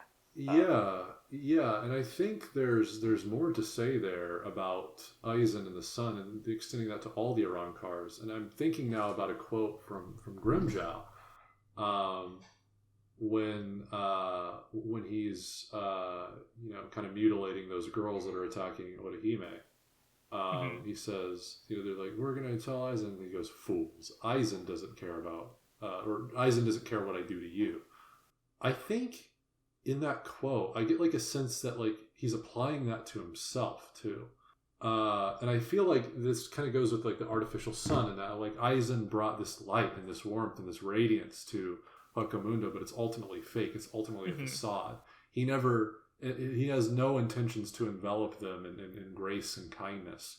It's only a front out of necessity and complete utilization, rather than camaraderie and unity. And Eisen would never share his heart with any of these Arankars because they're just the fact that like the sun is only there to benefit him, really, because as a a human, he likes humans like sunlight. Yeah. I don't think we take. I don't know. I'm sure there's. I hope there's data. I would expect there's data to back it up. But like, I'm pretty sure humans don't take sunlight deprivation very well, like physically or mentally, right? For multiple, I actually do know somewhat about Oh, that. okay, good. I do a lot of health research in my free time, actually. There you go. Okay. Yeah, vitamin D deficiency is actually greatly linked to D3 specifically, which is what you get from sunlight, is greatly linked to depression. As a matter of fact, one of the biggest simple recommendations a lot of even professionals give in depression circumstances is like doing really little things, like just going and walking outside whenever it's daytime, whenever there's sunlight out, because that does a lot for not only because serotonin is released even when you walk in the sunlight. Serotonin is released, which converts to melatonin, which can even help your sleep, because melatonin puts you to sleep. So D3 is associated with you. If you're low on D3, you're more likely to be depressed, and also just being immersed in the sunlight automatically raises your serotonin level, which is your pleasure, your pleasure hormone. Okay. So it's fundamentally an aspect of our mood. It's a very mood thing, but and I guess you could say, like, in terms of Eisen is someone who wants to, well, no, maybe a little bit. Like, Eisen's someone who wants to see all and be above all, and with darkness, maybe hollows are more acclimated to seeing everything at night, and he wants to be able to, manipulate everything so he can be he can have the edge even in that factor, so that he's not missing at any angle. I don't know. Anyway, but yeah, I mean, for me, it's more so the idea of like what the sun represents, and how for the hollows or the Arankar, it's sort of a false sun, because it's not anything you can ever associate with the true sun. It's completely fictitious. Well, what I was going to add is just my personal experiences, because I worked the night shift for a while, and I decided that it was better for just I guess, because I was hoping to have the evenings free, but so I ended up just like sleeping in the daytime from like noon to 8 basically, and I ended up like getting my knuckles turned black from vitamin deficiency from lack of sunlight basically. So one thing I try to do is, because I do spend so much time indoors, I try to when the sun's out, which has been harder. I supplement D3 as well. Yeah. Oh, I just walk outside. I just take like a 15-minute walk around the neighborhood. Whenever I used to not live in an apartment where I had like a backyardish area, I would walk outside every day. So I didn't supplement D3 back then, but I don't get near as much sunlight as I did like 3 and 4 years ago. So I have to. I mean, it's been hard because like if it rains and it's winter, because I live in California, so obviously my summers are super sunny, but in winter it's like, oh boy, clouds. Oh no, and some people live in probably way worse areas weather-wise. So especially during winter. I'd recommend always supplementing D3, because it's just it's such a vital. Okay. I mean, D3 does so much. It regulates so much in the body. Your body is always using. It's one of the main things your body uses, that and like magnesium, which I also recommend supplementing. I need to do that because I heard it makes you sleep better. Not necessarily because it's. Yeah, because of sleep. That's literally because I have awful sleep. I basically I go to sleep about 10, and then I wake up. I'm conscious around like 4 or 5, and then I'm like, but I'm still so exhausted. I just stay in bed until like 6 or 7 when I can actually get up. But I hate it. I fucking hate it. I just want to wake up and be up and get up, and it's. So I need to. If you're gonna supplement magnesium, you have to be choosy, because there's only one form of magnesium that's actually readily absorbable and your body can actually utilize. Oh, okay. The main magnesium that they sell is what's it called? Magnesium oxide. I think it's magnesium oxide. It's terrible. Your body absorbs maybe like not even like 1%. Like it's basically like eating. It's completely unhelpful, basically, right? Yeah, it's not bioavailable at all. It's terrible. You have to get I think it's called.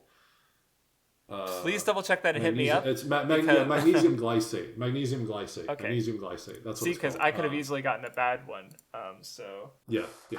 You got to specifically get it in the form of magnesium glycate, or sometimes it'll be biglycate. That also works as well. There's just as long as it's got glycate in the ingredients, that's the form of magnesium. That's what you want. No, I take 2 capsules a day, and it is actually been the difference between me getting right to sleep and not. See, I have no problem getting asleep. It's staying asleep that's the problem for me. It might help you stay asleep. Yeah, maybe. I hope so. But yeah, thank you. Because that's this is why this is I love how this discussion of like Bleach and the sun and how that ties to the characters tied to just like literal health things that are actually like helpful and important to. Hopefully, I hope someone else got something out to more than just me because yeah. Guys, if you're not getting enough sunlight, please supplement vitamin D3. Not D2. Don't get D2. D2 is not the superior version of D, because D3 is what you get from sunlight, and it has more functionality than D2 does. D2 people aren't typically deficient in because your body. I think you get D2 from like a lot of different sources, so you never really. People are usually not deficient in it. But I would have to double check that. Whatever. Anyway, back to Bleach. Let's talk about fuck real life. We're talking about Bleach right now. What's after Ichigo versus Araniro? Because I feel like we've talked about, or not Ichigo, Rukia you mean versus Rukia? Hello? You have no fucking room to talk, motherfucker. No. Yeah, buddy. Oh, wait, no. I did want to mention that it is cool, connecting it to Grimjaw's explanation in his flashback of what Gillians are. The guy, the number 9 guy, retained all of the victims' memories and their individuality. Like that's like that is a crazy ascension from what a Gillian is. The fact that like they can not only take on the abilities of that person, but remember everything about them and like completely encapsulate their individuality. That is cool. It's like damn, like that's really that's upgraded as an arm card. Yeah, I didn't think about that. How it is like he's an advanced like a Gillian who can like pick which personality to draw from. Yeah, that's neat. Yeah. Anyway, that's all I had to think about the fight. Oh, and then because I was going to mention the keto stuff where Renji uses a keto for his trump card to set up for Uryu. His is obviously like way less advanced than Rukia's, but Rukia's trump card to defeat the number 9 Arankar is also using keto, but hers is like when you see hers, it's like obviously it's way she does like multiple ketos. It's super advanced and stuff. Yeah, because she's really good at it, and Renji's kind of not. But I just thought it was cute that they both use keto for their their trump cards. I was like, oh, that's cute. Because that is an aspect of Soul Reaper stuff that Ichigo does not fuck with at all. I'm pretty sure he never does. In fact, like hey, they ain't about that book learning magic shit. That's a good show all the way, and honestly, respect because I wouldn't be doing that nerdy keto shit either. When all you have is a Ketsuga 10 show, everyone thinks one's looking like something that can be cut. That was not elegant at all, but whatever. I did also notice how because there's a focus on Grant's. He studies the dead, and I just was thinking of Aaron Nero. He studies the dead, but in a different way, if that makes sense, through absorbing their memories basically, and they both sort of exploit the dead is what I guess I noticed. Yeah, true. So yeah. I guess we're kind of moving on to close to the Grimjow stuff with Ichigo. I feel like there's because it's my list of my volumes that I have in here say we have 402 volumes left still, but it feels like I guess that is getting right into it. I guess it's a pretty long fight, so yeah. I think it's interesting that when Grimjow mentions that. Oh wait, I guess if you wanted to, we can talk about the. I don't know if you had let me skim just to see if what Hime's seen with him. Yeah, I'm just trying to see if there's anything else to talk about. I thought it was interesting because one thing I didn't notice or focus on before because Ulquiorra talks about how as a Spada they all get information from or not even as a Spada, but he's there's a synchronized awareness about the Espada basically, and so because it says novena, I'm pretty sure that's set or I don't know Spanish. I don't know who that, but basically there's synchronized awareness, and the implication is like Orihime also got the awareness basically. So she was fully aware of Rukia's supposed death.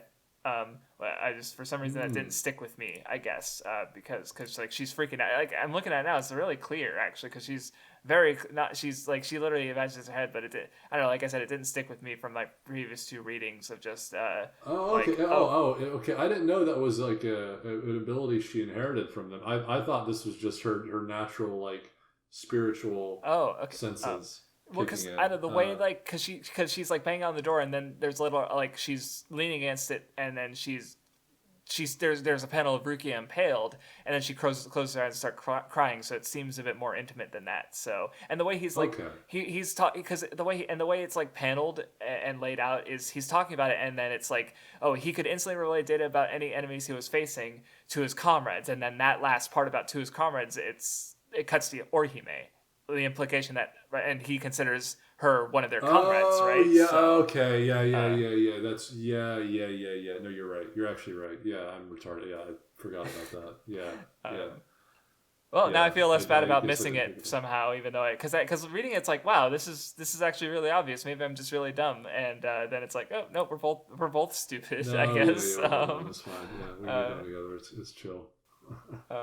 It's okay. Being dumb isn't bad, honestly. I mean, being ignorant it's really bad. or dismissive is bad, but I don't know. Just I've always felt like I'm a bit slow, honestly. And so you know, the fact, like, I've literally just, like, I think someone sent a friend request on Mal, and they were like, hey, you seem pretty intelligent based on your videos, and I'm like, really? And this was years ago, but I've kind of come around. I don't know, don't see myself very highly, I guess. So, but anyway. I always explain myself objectively. I have an objective interpretation of myself, and what I'll say is, I think I have a proclivity for great things in one specific field, and I'm very, very, very I'm bad at everything else. I'm incompetent in every other field. I literally mess up. Like, I did a little retail jobs in college, and you'd be surprised. Like, my current job, I can seamlessly do like things that like most people look at and they're like, "Damn, bro, like that's some hard shit." But then all, like, in my retail jobs, I would fuck up the most obvious things, like shit that had me feeling really bad. I was like, damn, am I that stupid? Oh no, damn, am I that stupid? Shit. I don't know. It's also, I guess, like, because I'm actually really good at retail. I just like hate retail, which makes me then resent the fact that I'm really good at it, because it's like, you know, why can't I be good at YouTube and have like all my videos just popping off on views? And no, I make good videos that nobody watches. So why can't I be good at that? Why'd I have to be good at retail instead? So you know, something I hate. But yeah, anyway. I suck at retail. I was a terrible employee in both jobs I was in. So they didn't fire me. But yeah, then we get to, so we do get to the you know, because while Orkior is fighting Ichigo outside, the two Lolly and Ben, I forget their names. Fuck. But the two Lady Iron cars, like, God, it is a little spooky when they open up the door, and it's just, Jesus, oh fuck. So do you want to talk about the scene a little bit? A really good scene, because like Orihime is like a monster to them because of her kindness, and it's like epic. No, really, like it's that simple. It's just really, it's a really cool perspective that you don't think of much until, or you don't think of it all until Kubo highlights it. Like, oh yeah, to people born from fear, born from death, of course, and then they're living such a wretched life, and even when they're not, when they ascend, you know, they're completely subservient to someone's goals to essentially desecrate the very system. Of course, they would think someone like Orihime, with this bountiful, this bountiful kindness, and even extended to the enemy. Of course, they would be appalling, and not just appalling, like terrifying, because it's something that's hard for them to even comprehend. Yes. They didn't think something like that even existed, and yet here it is. It is kind of like seeing like an alien in your closet or some shit, right? Because it's like something that you never expect. Right, even if it's like it's a good thing, like because she heals them, she keeps them from dying, but it's like they're still afraid because they can't understand it, right? Which, Yeah, I mean, yeah, yeah. Extending that example even further, it's as if you got impaled in a forest by a tree branch, like you fell, got impaled, and then thought you died, and then woke up in like an alien spacecraft, but they patched you up, and they're like, "You are going home now." It'd be like that. yeah, but it's like, well, like you'd be like, "Well, yeah, I'm alive, but holy fucking shit!" yeah, the terror This of is scary existential shit. life existing and having this access Yeah. and this technology, outweighing the fact that your life was just saved, right? Like, just Yeah. that's Orihime.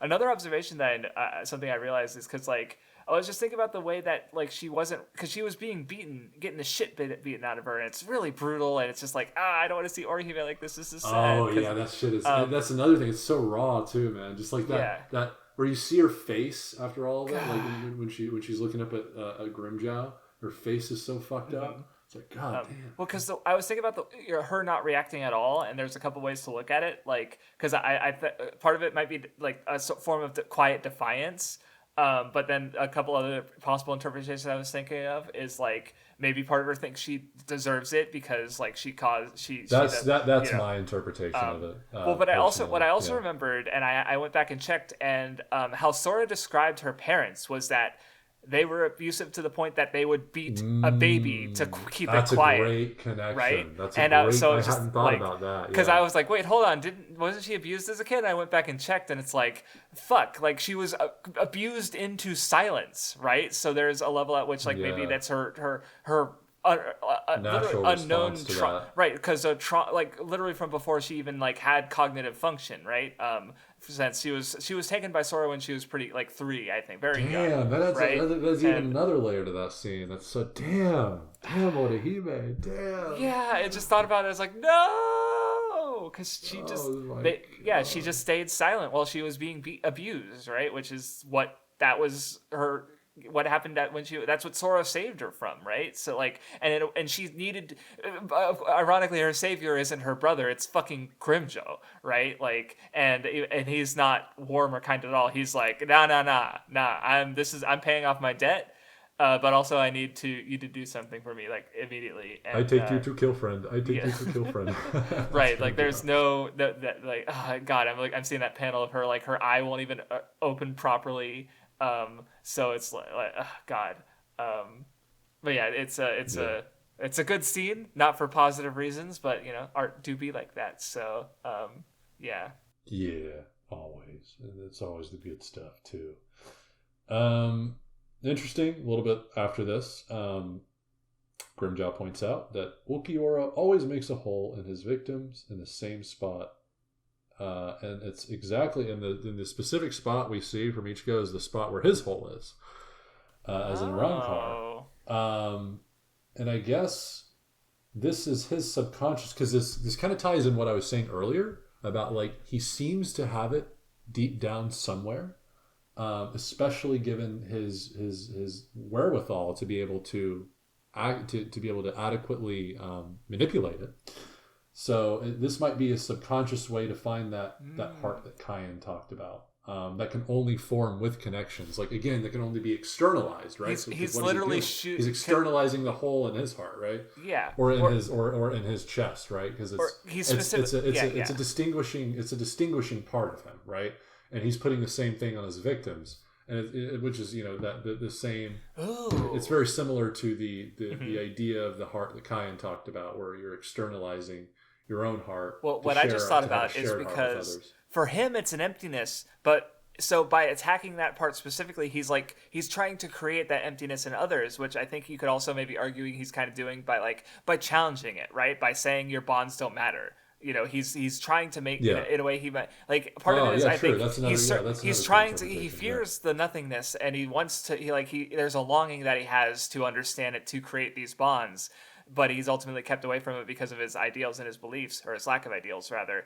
But so I think it's a bit of both, right? He wants to understand it, but he also there's also a level at which by removing the heart, he sort of proves how lacking in value it is, right? Like there's so and that physically attacking that one spot, he's always literally but ripping I think that out too. in the But for me, because Okay. whenever he does it, the hole is not where the heart is; it's where his hole is. Yeah, So yeah, exactly. that's why I'm Yes. thinking it's exactly where his hole is. That's why I'm relating it more That's to. what I was trying to get at too, where he's making them more like himself by Oh, okay. Okay, I right, got like you. he's Okay, by no, I putting got you a now. hole in Yeah. the same spot that he has a Oh, okay. lack, basically. Okay. So yeah, Gotcha. That makes sense. Yeah. because You're yeah, right. no, You're you're right. right. Yeah, yeah. But anyway, Cool shit. but yeah, no, I guess we get Cool into. stuff. I guess before we get to the last fight of the reading, was it because obviously the Uryu and Renji fight does not conclude, which is also true of the later reading. I mean, the only thing I was picking up on how just like there's a level of, like there's a lot of knowledge in the fight where it's like sort of know like a lot of the strategy and aspects of the fight are about like how much they know about their opponent. And obviously Grant's he seems to have perfect knowledge of who he's fighting through their previous fights, so he's able to but then they literally just break off and like hey, I'm gonna be working to kill you two, you should take this breather because we're gonna go back at it again. But yeah, it's definitely like I don't remember if there's any big takeaways because obviously Mayuri comes in and finishes the fight, but yeah. Yeah. Well, Guimjiao time. Yeah.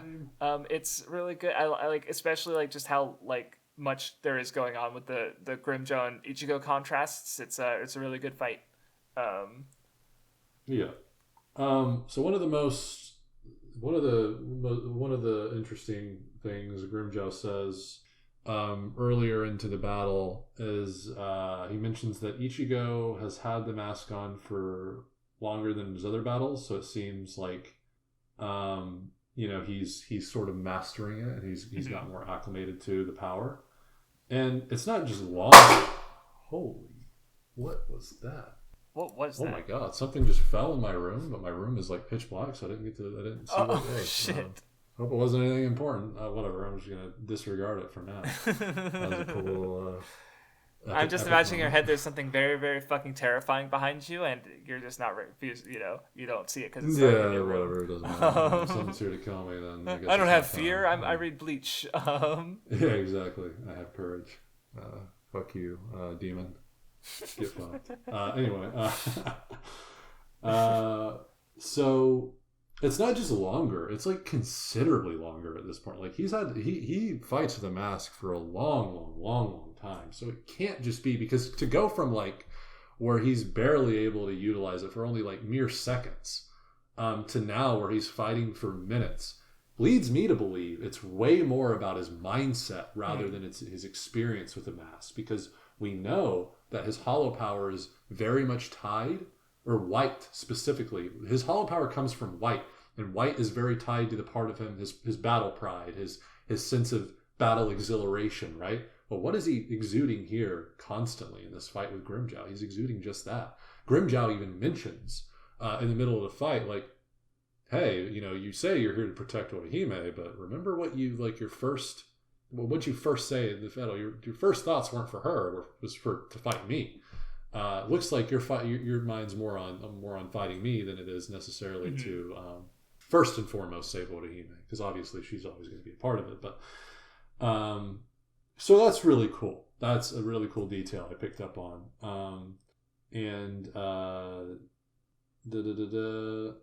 Oh yeah, and then like to extend upon that, Grimjow says like he's glad that it's lasted for this long, otherwise like he wouldn't have a great fight. And Ichigo retorts with a prideful boast of his own, saying like, well then in that case you better stay in your resurrection form, because I want to beat you at your best too, right? So yeah, it's just a clash of pride, a clash of battle exhilaration, all this stuff that Kenpachi talked about, that Ichigo is now exuding.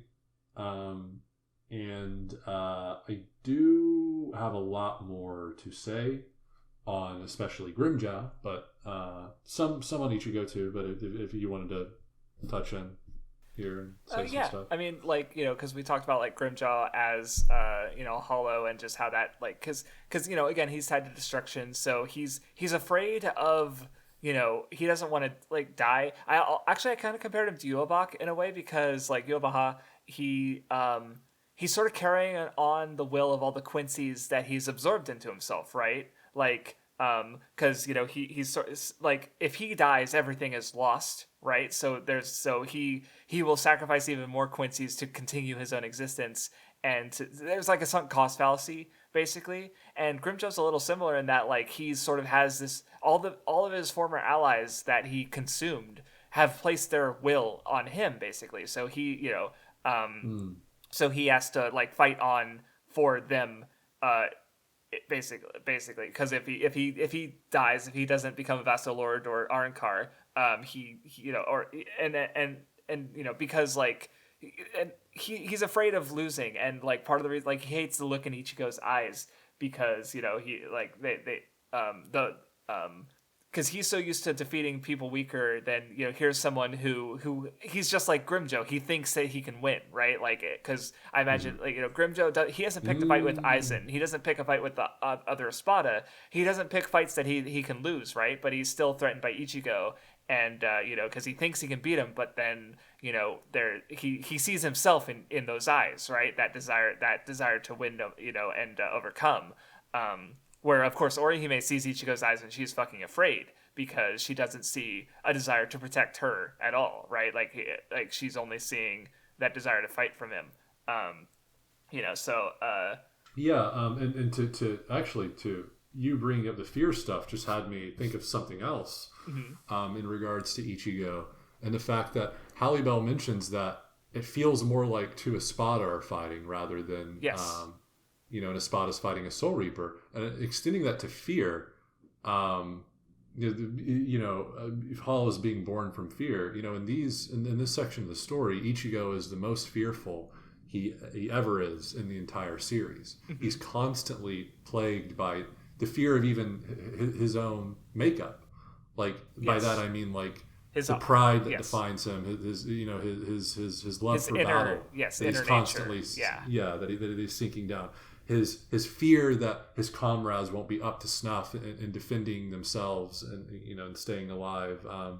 His fear for Orihime and her circumstances. Like, his fear shines so many times, and so taking that and putting it in that context too is also interesting. Talking a little bit about the end of chapter doodle Kubo draws, I think, is really interesting in some of these chapters. The one where Ichigo's pride is on most display is, like I said, it's the same chapter where Grimjow's like, it's great that your mask is on because I'm going to beat you at your best, and Ichigo's like, well, right back at you. Well, at the end of that chapter, we get an interesting doodle where he draws Hollow Mask Ichigo with chains around him. On that same chapter at the end, but then in the next chapter, Orihime kind of washes away his pride briefly to reveal his like greatest source of strength. In his devotion to wanting to protect his friends. And not only is it like stronger, but it's like overwhelmingly more powerful, because he immediately gets an edge on Grimjow that he wasn't even close to getting beforehand. And then at the end of that chapter, we see the same doodle, but instead Ichigo like breaks. He's liberated from the chains, right?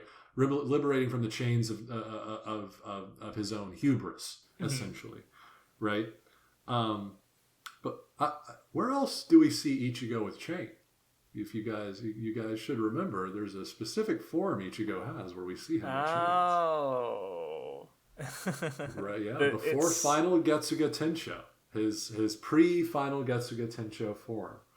And this is interesting because I think the chains are a visual representation of his pride. They weigh him down so long as he ignores them. But when he goes into final Getsuga Tensho, what happens? The chains disappear. Because he accepts that hubris within him, and his power, his pride, all of that becomes one with him. And no longer, at that point, no longer will he allow it to consume him, chain him down, and weigh him down. He accepts it as a part of himself.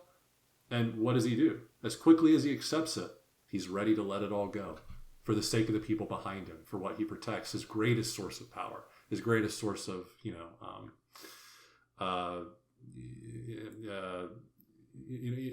direction in life. Like that's who he is fundamentally. The protector.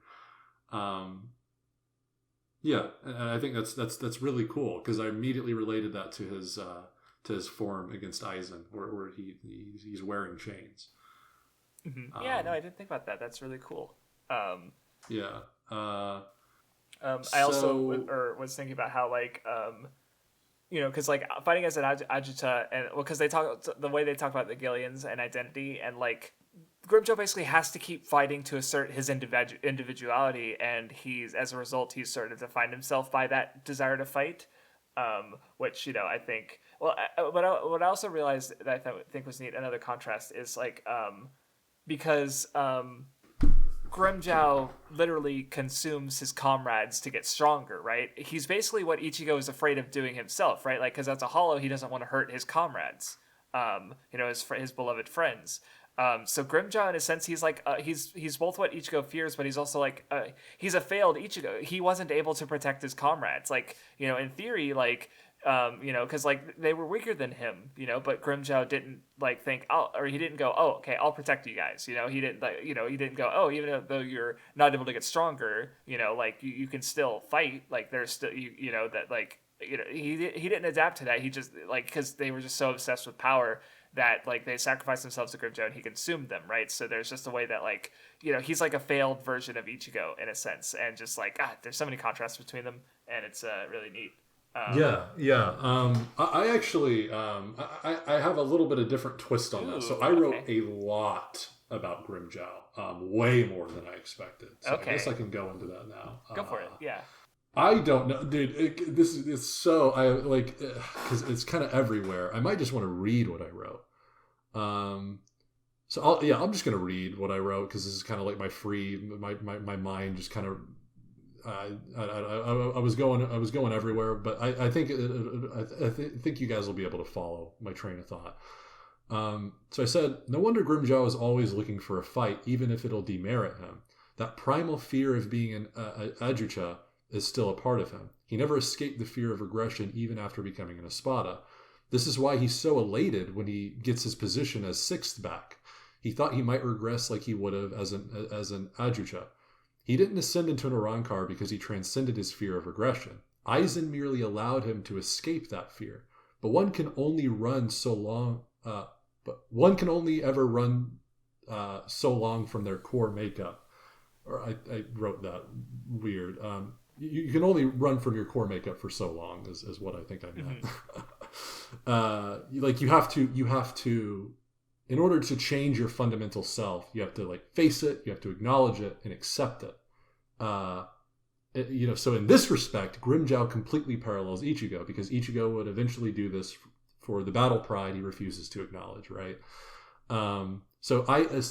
Essentially, Grimjaw is going through the same turmoil. He refuses to acknowledge that primal fear in him. Mm-hmm. So it's also no wonder that he seems to have a problem with Ulquiorra specifically, a Hollow who was a Vasto Lord before becoming an Arankar. Because I did notice that because like he always seems to have moments with Ulquiorra, and where he seems to have just an immediate disdain for him. And I feel like that's probably why, because I'm pretty sure we know that Ulquiorra before becoming a Arankar was a Vasto Lord, unless I'm getting that wrong. I would because it definitely seems like Grimjaw was an Ajuta, but I don't remember because ultimately the goal was to become a Vasto Lord, so I don't know if it was confirmed that he did achieve that before he became an Arankar. Because we know that Aranero was a Gillen, right? He was even lower than an Ajuta. So the question, so I don't know exactly because I do remember earlier they were like. Hitsugai was like, if they have a bunch of Arankars that are made from Vasto Lords, we're fucked. And then I read after that, Aizen was like, okay, Ulquiorra, tell your 20 brothers what you learned in school today.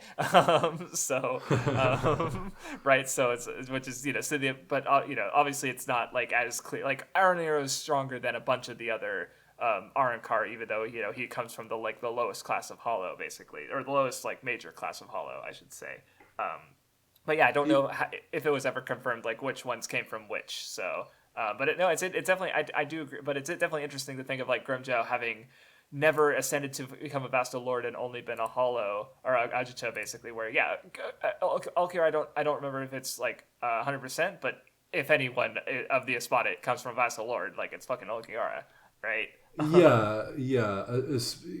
Because I think the implication in the flashback is that once you're a Vasta Lord, you're not under threat of regression. I think was the implication there. Yeah. Though I'd assume that's so- also the case, like for the Arankar as well. Like, Yes, just yes, even if they yeah.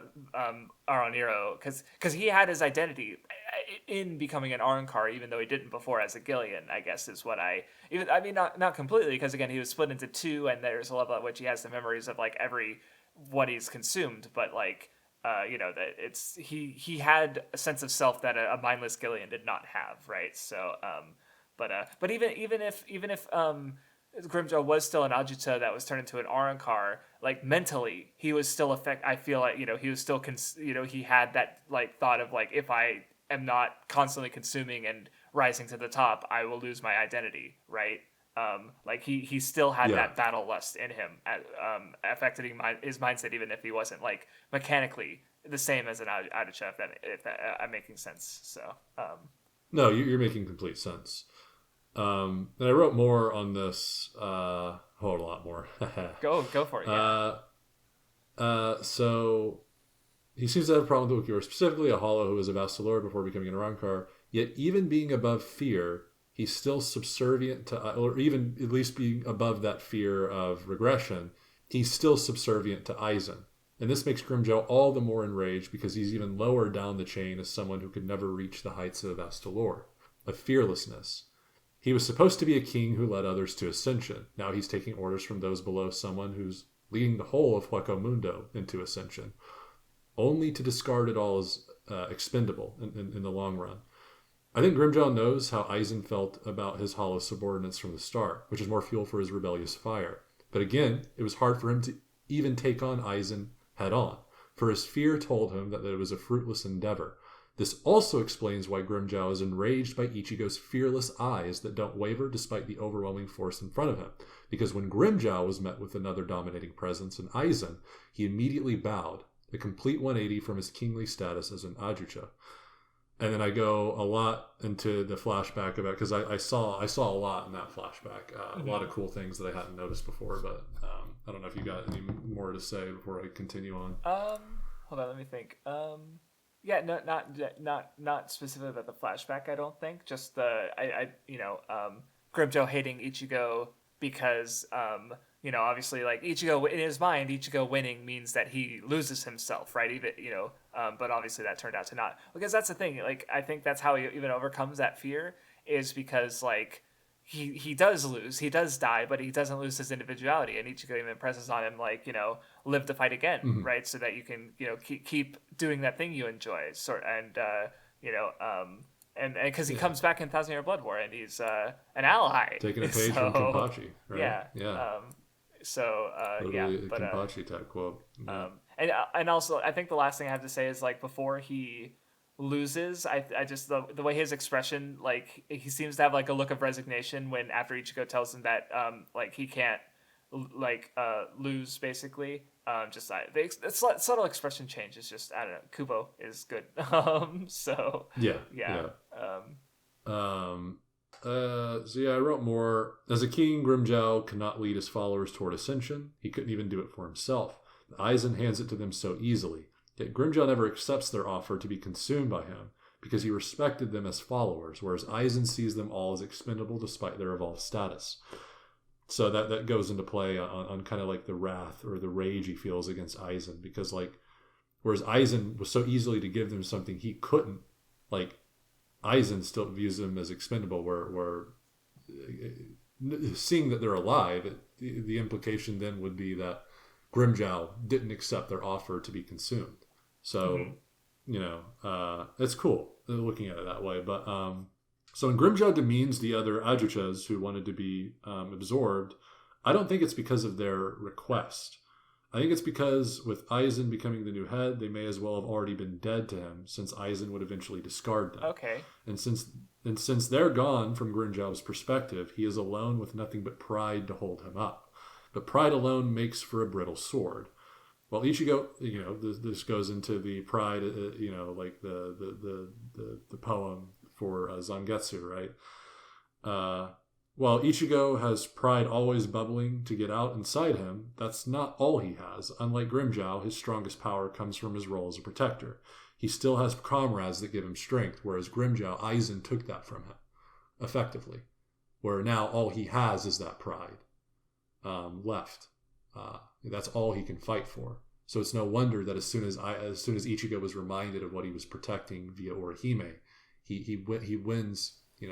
Compared to the struggle he was having right before this, he wins pretty handily, relatively easily compared to the struggle beforehand. But yeah, I saw that in there, and I looked at it from that perspective, thinking that probably in Grimjow's mind, they are essentially dead at that point. And a lot of them literally do end up dying as part of this idea that Aizen views them all as expendable. I really do believe Grimjow was one of the first people that knew that what Aizen's true intentions were with Pacomundo and with them, and because he too used to be a king in his own right, and so I think he can look at it from that perspective and see how Aizen looks at them as a king, whereas Grimjow seems to have really valued the people next to him and wanted to see them ascend with him, and kind of feels that emptiness and that loneliness from their departure, and sort of that I think that's a big part of Grimjow's character, and that now that this is the only power propelling him forward, it's very fragile. I don't know. It's cool to think about it that way. I think that's like the coolest bit I think I wrote, just because I was like, if, from that perspective, Grimjow becomes way more interesting in my opinion. The idea of like a king and how one takes on that role. Well, and it's also interesting because just the way that him understanding Aizen, right? Like even just a part of Aizen, and him also being one of the few Arrancar Espada who survive, is just I don't know. I just think it's an interesting. Oh, true. Yeah. That's a great addition. That is very true. Right, because all the other, many of the other Espada have this this huge reverence to Aizen to the point of like I'm pretty sure Zomari, that's his name, the seventh Espada. He literally dies. Aizen Banzai, right? Like after when Byakuya kills him, Araniro was like, why didn't you say, Aizen was supposed to get rid of my suffering, right? Like they adore him. And worship him, but Grimjow, he doesn't really do that, and if any, he's but no, so I like that, and but like I said, he understands Aizen more because he is able to see more of his true intentions, but he survives, and he's not he there's still a level at which because the way I think he even says to Ichigo, it's like, you're a Soul Reaper and I'm a Hollow, he's just accepting the order of things, right? Even though Ichigo he's less of a Soul Reaper and more like a Hollow than any other, maybe except for the Vizards, who are even less Soul Reapers, and just as Hollow in a sense, right? But and of course, just the fact that Ichigo is here against the wishes of the Soul Reapers, right? So, yeah. Yeah, then you got Noitora coming in at the very end and ruining it all. That's an age. But yeah, some last notes. Just Orihime just asking Ichigo not to get hurt anymore, because it's at first the only reason she came here was to protect him from the Arrancar, but now it's she's practically got to save him from himself because and I want to touch on this because I don't know. In regards to Orihime and these sequences, I don't know how many people are going to be watching this that have this perspective, share this perspective. I know there's going to be people that watch this that have seen this opinion, because back when I made my video, I'd seen this opinion floating around about how Orihime here is being dumb, and that the fact that Nell had to pep talk her is stupid, and Orihime is a dumb woman who just doesn't understand. Like, Ichigo's protecting her. It doesn't matter that he looks scary. Like, I'm just imagining like Noitor like tacking madly on a fucking keyboard about how Orihime is dumb and stupid and bad, and it's probably Sakura and every other female character that people bitch about too. But anyway, go ahead. So something I mentioned in my video is that like people like take the visual thing way like they just look at it on the surface level. They don't like dig into it enough. If you dig into it a little bit, there's like way more going on there. Orihime is not just looking at Ichigo. She's seeing it as an externalization of his pride, the very thing she picked up on way before anyone else. Mm-hmm. This is something that she's been fearful of. When she says, when you came here, I wasn't sure if you came for me or not, first and foremost. That is true. Grimjow says as much. What Orihime is truly seeing in these moments is something that manifests later. She was predicting it but she was predicting Ichigo's transformation against Ulquiorra well before it happened. I mean, this was something she took note of all the way back at the beginning of the stretch right before this. Before they go to Hueco Mundo, is that like, she feels Ichigo's power and she's like, it feels like odd. It's just like it's almost foreign to me. And I think people take that at face value. It's like, well, obviously because it's the hollow power. But again, what is that hollow power tied to? It's tied to his love for battle and his pride that he refuses to acknowledge, and which ultimately the ultimate manifestation of that that ends in a catastrophic way is with his fight with Ulquiorra whenever he gets into his hollow form. So again, this is just like this scene where she's going like, oh, Ichigo's so scary is an extension of what she's been seeing deep within him, something that she's more keen on than anyone else because she knows Ichigo more than really anyone else.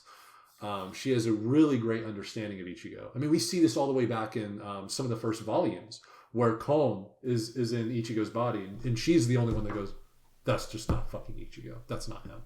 And we extend this to this scene here.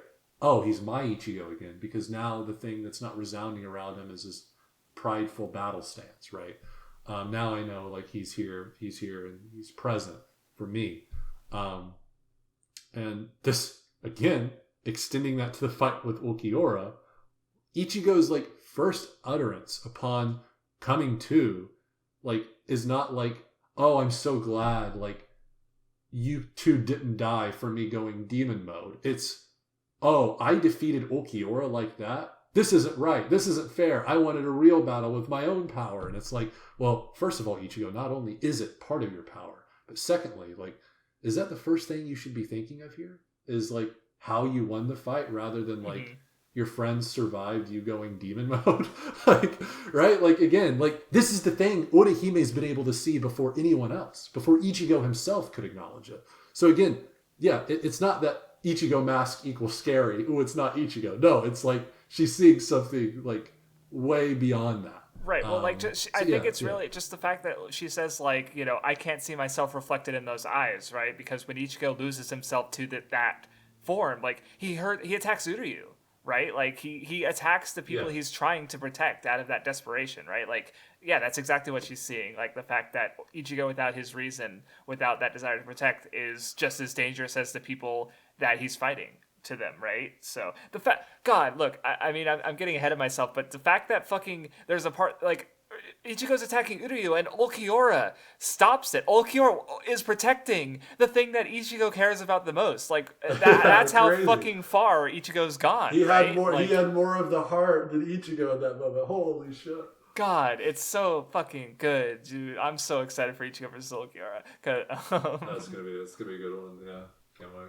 But yeah, one last thing about that's going to be in this next stretch, right? That's going to be in this next stretch. So I'll get to that in a second. But before then, I think it's funny how after the fight, or are we done with Ichigo versus Grimjow? Because there's like two more things to talk about. One thing I want to bring up, and then the last chapter of the reading. But Yeah, that's all I had to say. I just noticed a lot more on Grimjaw in this read through, which is great. I just think it's funny the whole interaction you get with Ichigo and Orihime after this, where he like he doesn't princess carry her like in a graceful romantic way. He just fucking throws her over his shoulder like a sack of potatoes, Based. and then there's the whole awkwardness about her weight and him just not.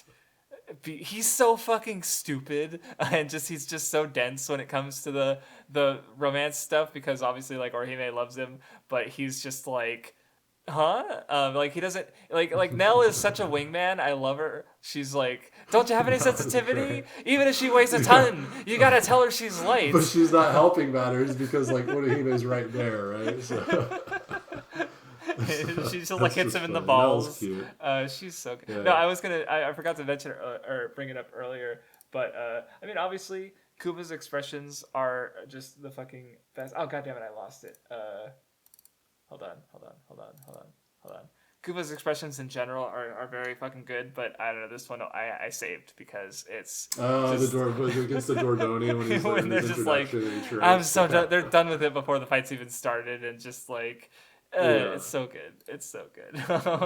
Good stuff. The comedy trio, they're fucking brilliant. I love them. Nell will always have a special place in my heart, and her stupid brothers. Oh, dude, yeah, that reminds me of another one of the funniest scenes of Hakamundo. Is like. Ichigo's like, that doesn't make you family. They're like, then what are we? And he's like, okay, you're right, you're a family. That's funny. They don't need this existential crisis right now, Ichigo. Give them a break. Shit. They're already hollows, Ichigo, you heartless bastard. I guess it actually, like, I didn't think, because earlier there's the one where it's like, oh god, I guess Pesh didn't exist because he, like, and now it's like, oh god, what are we? Like, just they're constantly having these and they really do a good job, crises. On this note, on a more serious note, they really do a great job of like humanizing the Hollow faction. Like, yeah. No, because they are the fact that, cause, I mean, they are a bit outsiders in a way. Like, they're not just like monsters trying to kill each other constantly. I mean, even the Grimjo's companions had sapience, right? Like they were conscious, they had identity, but they were ultimately just like, we have to survive, and the only way to survive is to fight and kill. But yeah, no, they're outsiders. They're running away, and I'm curious as to how much more I'll get out of them from rereading the Nell stuff, because I feel like Nell is just one of those characters who people seem to really like her, and she just never like vibed with me, or something never clicked with me with her.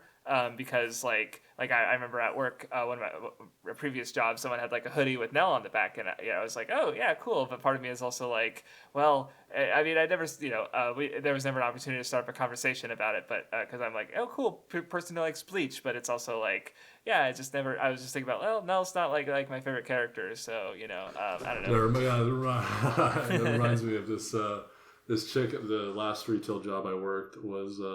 She had Sakura apparel, everything. Anything you could imagine. She had a phone case. Her background on her phone was Sakura. She had this like little Sakura plushies, keychain things, like everything. Like she had Sakura shirts. It's like, gee, you really like. And one day I came to her, I was like, I love Naruto and stuff. Like, but sell me on like I don't care about Sakura near as much as you do. Obviously, like sell me on her. And essentially, what she had to say was like. Sakura's a strong woman and she really admires that. I was like, hey, fair enough. And then, by the way, this is the one who asked me what my favorite female character was, and I said Kaguya, and she responded responded with, oh yeah, she's pretty. I was like, well, that's not. That was so funny. Well, because it's just like because I think that was how you told me that Kaguya is your favorite female character in Naruto. So I was a little bit like, okay, I've never heard that. I don't hear that one very often. But then there's just the fact that her reaction is so funny, where it's just like. One, it's like, yeah, that's a very out there take, but also just like that's the first thing she thinks about as to why, where it's like, yeah, she's pretty, like that's the only good thing she could say about Kaguya. It's like, no, but it was an interesting exchange. But anyway, and yeah, I'm not sure if I got anything new at, but I do still like the Hitsugaya chapter where it's like just the sort of, because he's such a child, but he acts like he's more adult than he is, and just the way that factors into him, like. He was afraid to go into the icy field because of the warmth of the home, and as a child, like the parent she was just waiting for him to leave, right? As a parent, you want your kid to go out of the nest eventually, and but he was like, oh, she needs me, right? But he was just hurting her. The child, if the child doesn't, you hurt. You're a drain on their resources. Well, exactly. Right? Like it's just yeah. So which is seen, and when he's literally like freezing her to death. Yes. And I guess another just because there's not much to say for me on it. It's really cool to see Rangiku take like an opposite position in her dynamic with Toshiro. It's really cool to see her as like a authoritative figure with him because it's unusual to see that given that Toshiro is literally her direct superior. Yes, and presently in the story, it's cool. Yeah, because he was clearly had such talent that he was able to like he fucking flew to captain position basically. Right. So though something I noticed is because like basically because he was kind of like outcasted, right? Like the only people he could connect to were Momo and his grandma basically, right? And I was thinking about like because he was so strong that his spiritual pressure was like freezing his house basically. So I was like, oh, he's kind of like Aizen in that he was like alienated for his power, basically his strength, and just another like I don't know the fact like I every connection it makes back to Aizen just like deepens him just a little bit for me, just like Grimjo being the one to understand him a little bit and also surviving being an expendable, pawn, where so many of the other Soul Reapers, or not Soul Reapers, Arrancar, or even Momo idolized him, but no one understood him, right? And just the fact that like you have these characters like all the Espada and Hitsugaya, who in some ways are closer to Aizen than they know, but no one understands him, right? Like that so every connection I make just deepens that aspect for me, just because it's like, just no one gets Aizen except for Ichigo, and it just makes that all the more meaningful. So and also more on Rangiku, it's cool to see her be the one to, given her backstory with Gin, and that Gin was able to give her so much refuge in a place that was just literally suffocating her essentially, and was able to guide her through her life in the Rokongai. She kind of pays that forward by helping out Toshiro and showing him a better path for his powers and becoming a Soul Reaper. So I find that also kind of cool. Mm-hmm. She was the one specifically to do it. Yeah. So it's all good stuff, and I think that actually does it. We might have surpassed the last Bleach episode. Sorry. I did not expect that at all. Yeah, another 4-hour banger, everyone. And it's probably not gonna, because next time we actually have more. We have more because not a 5-hour. We're gonna read to volume 41, so that's one volume extra because I checked it cuts off like Hitsugaya fighting Halabel. But it does not cut. But the reason if we stop at 40, then that cuts off. Like we go partway through Ichigo versus Ulquiorra, which I absolutely fucking refuse to do. But I mean, and that's at the last reading. Maybe it'll be shorter, but also it's like the end of the arc, so I could see us having more to say as we're looking at the conclusion and everything. But I don't know, maybe not, because we already kind of have that conclusion in mind as we're building up to it. So yeah, but I don't know. We'll see. But thank you everybody for listening.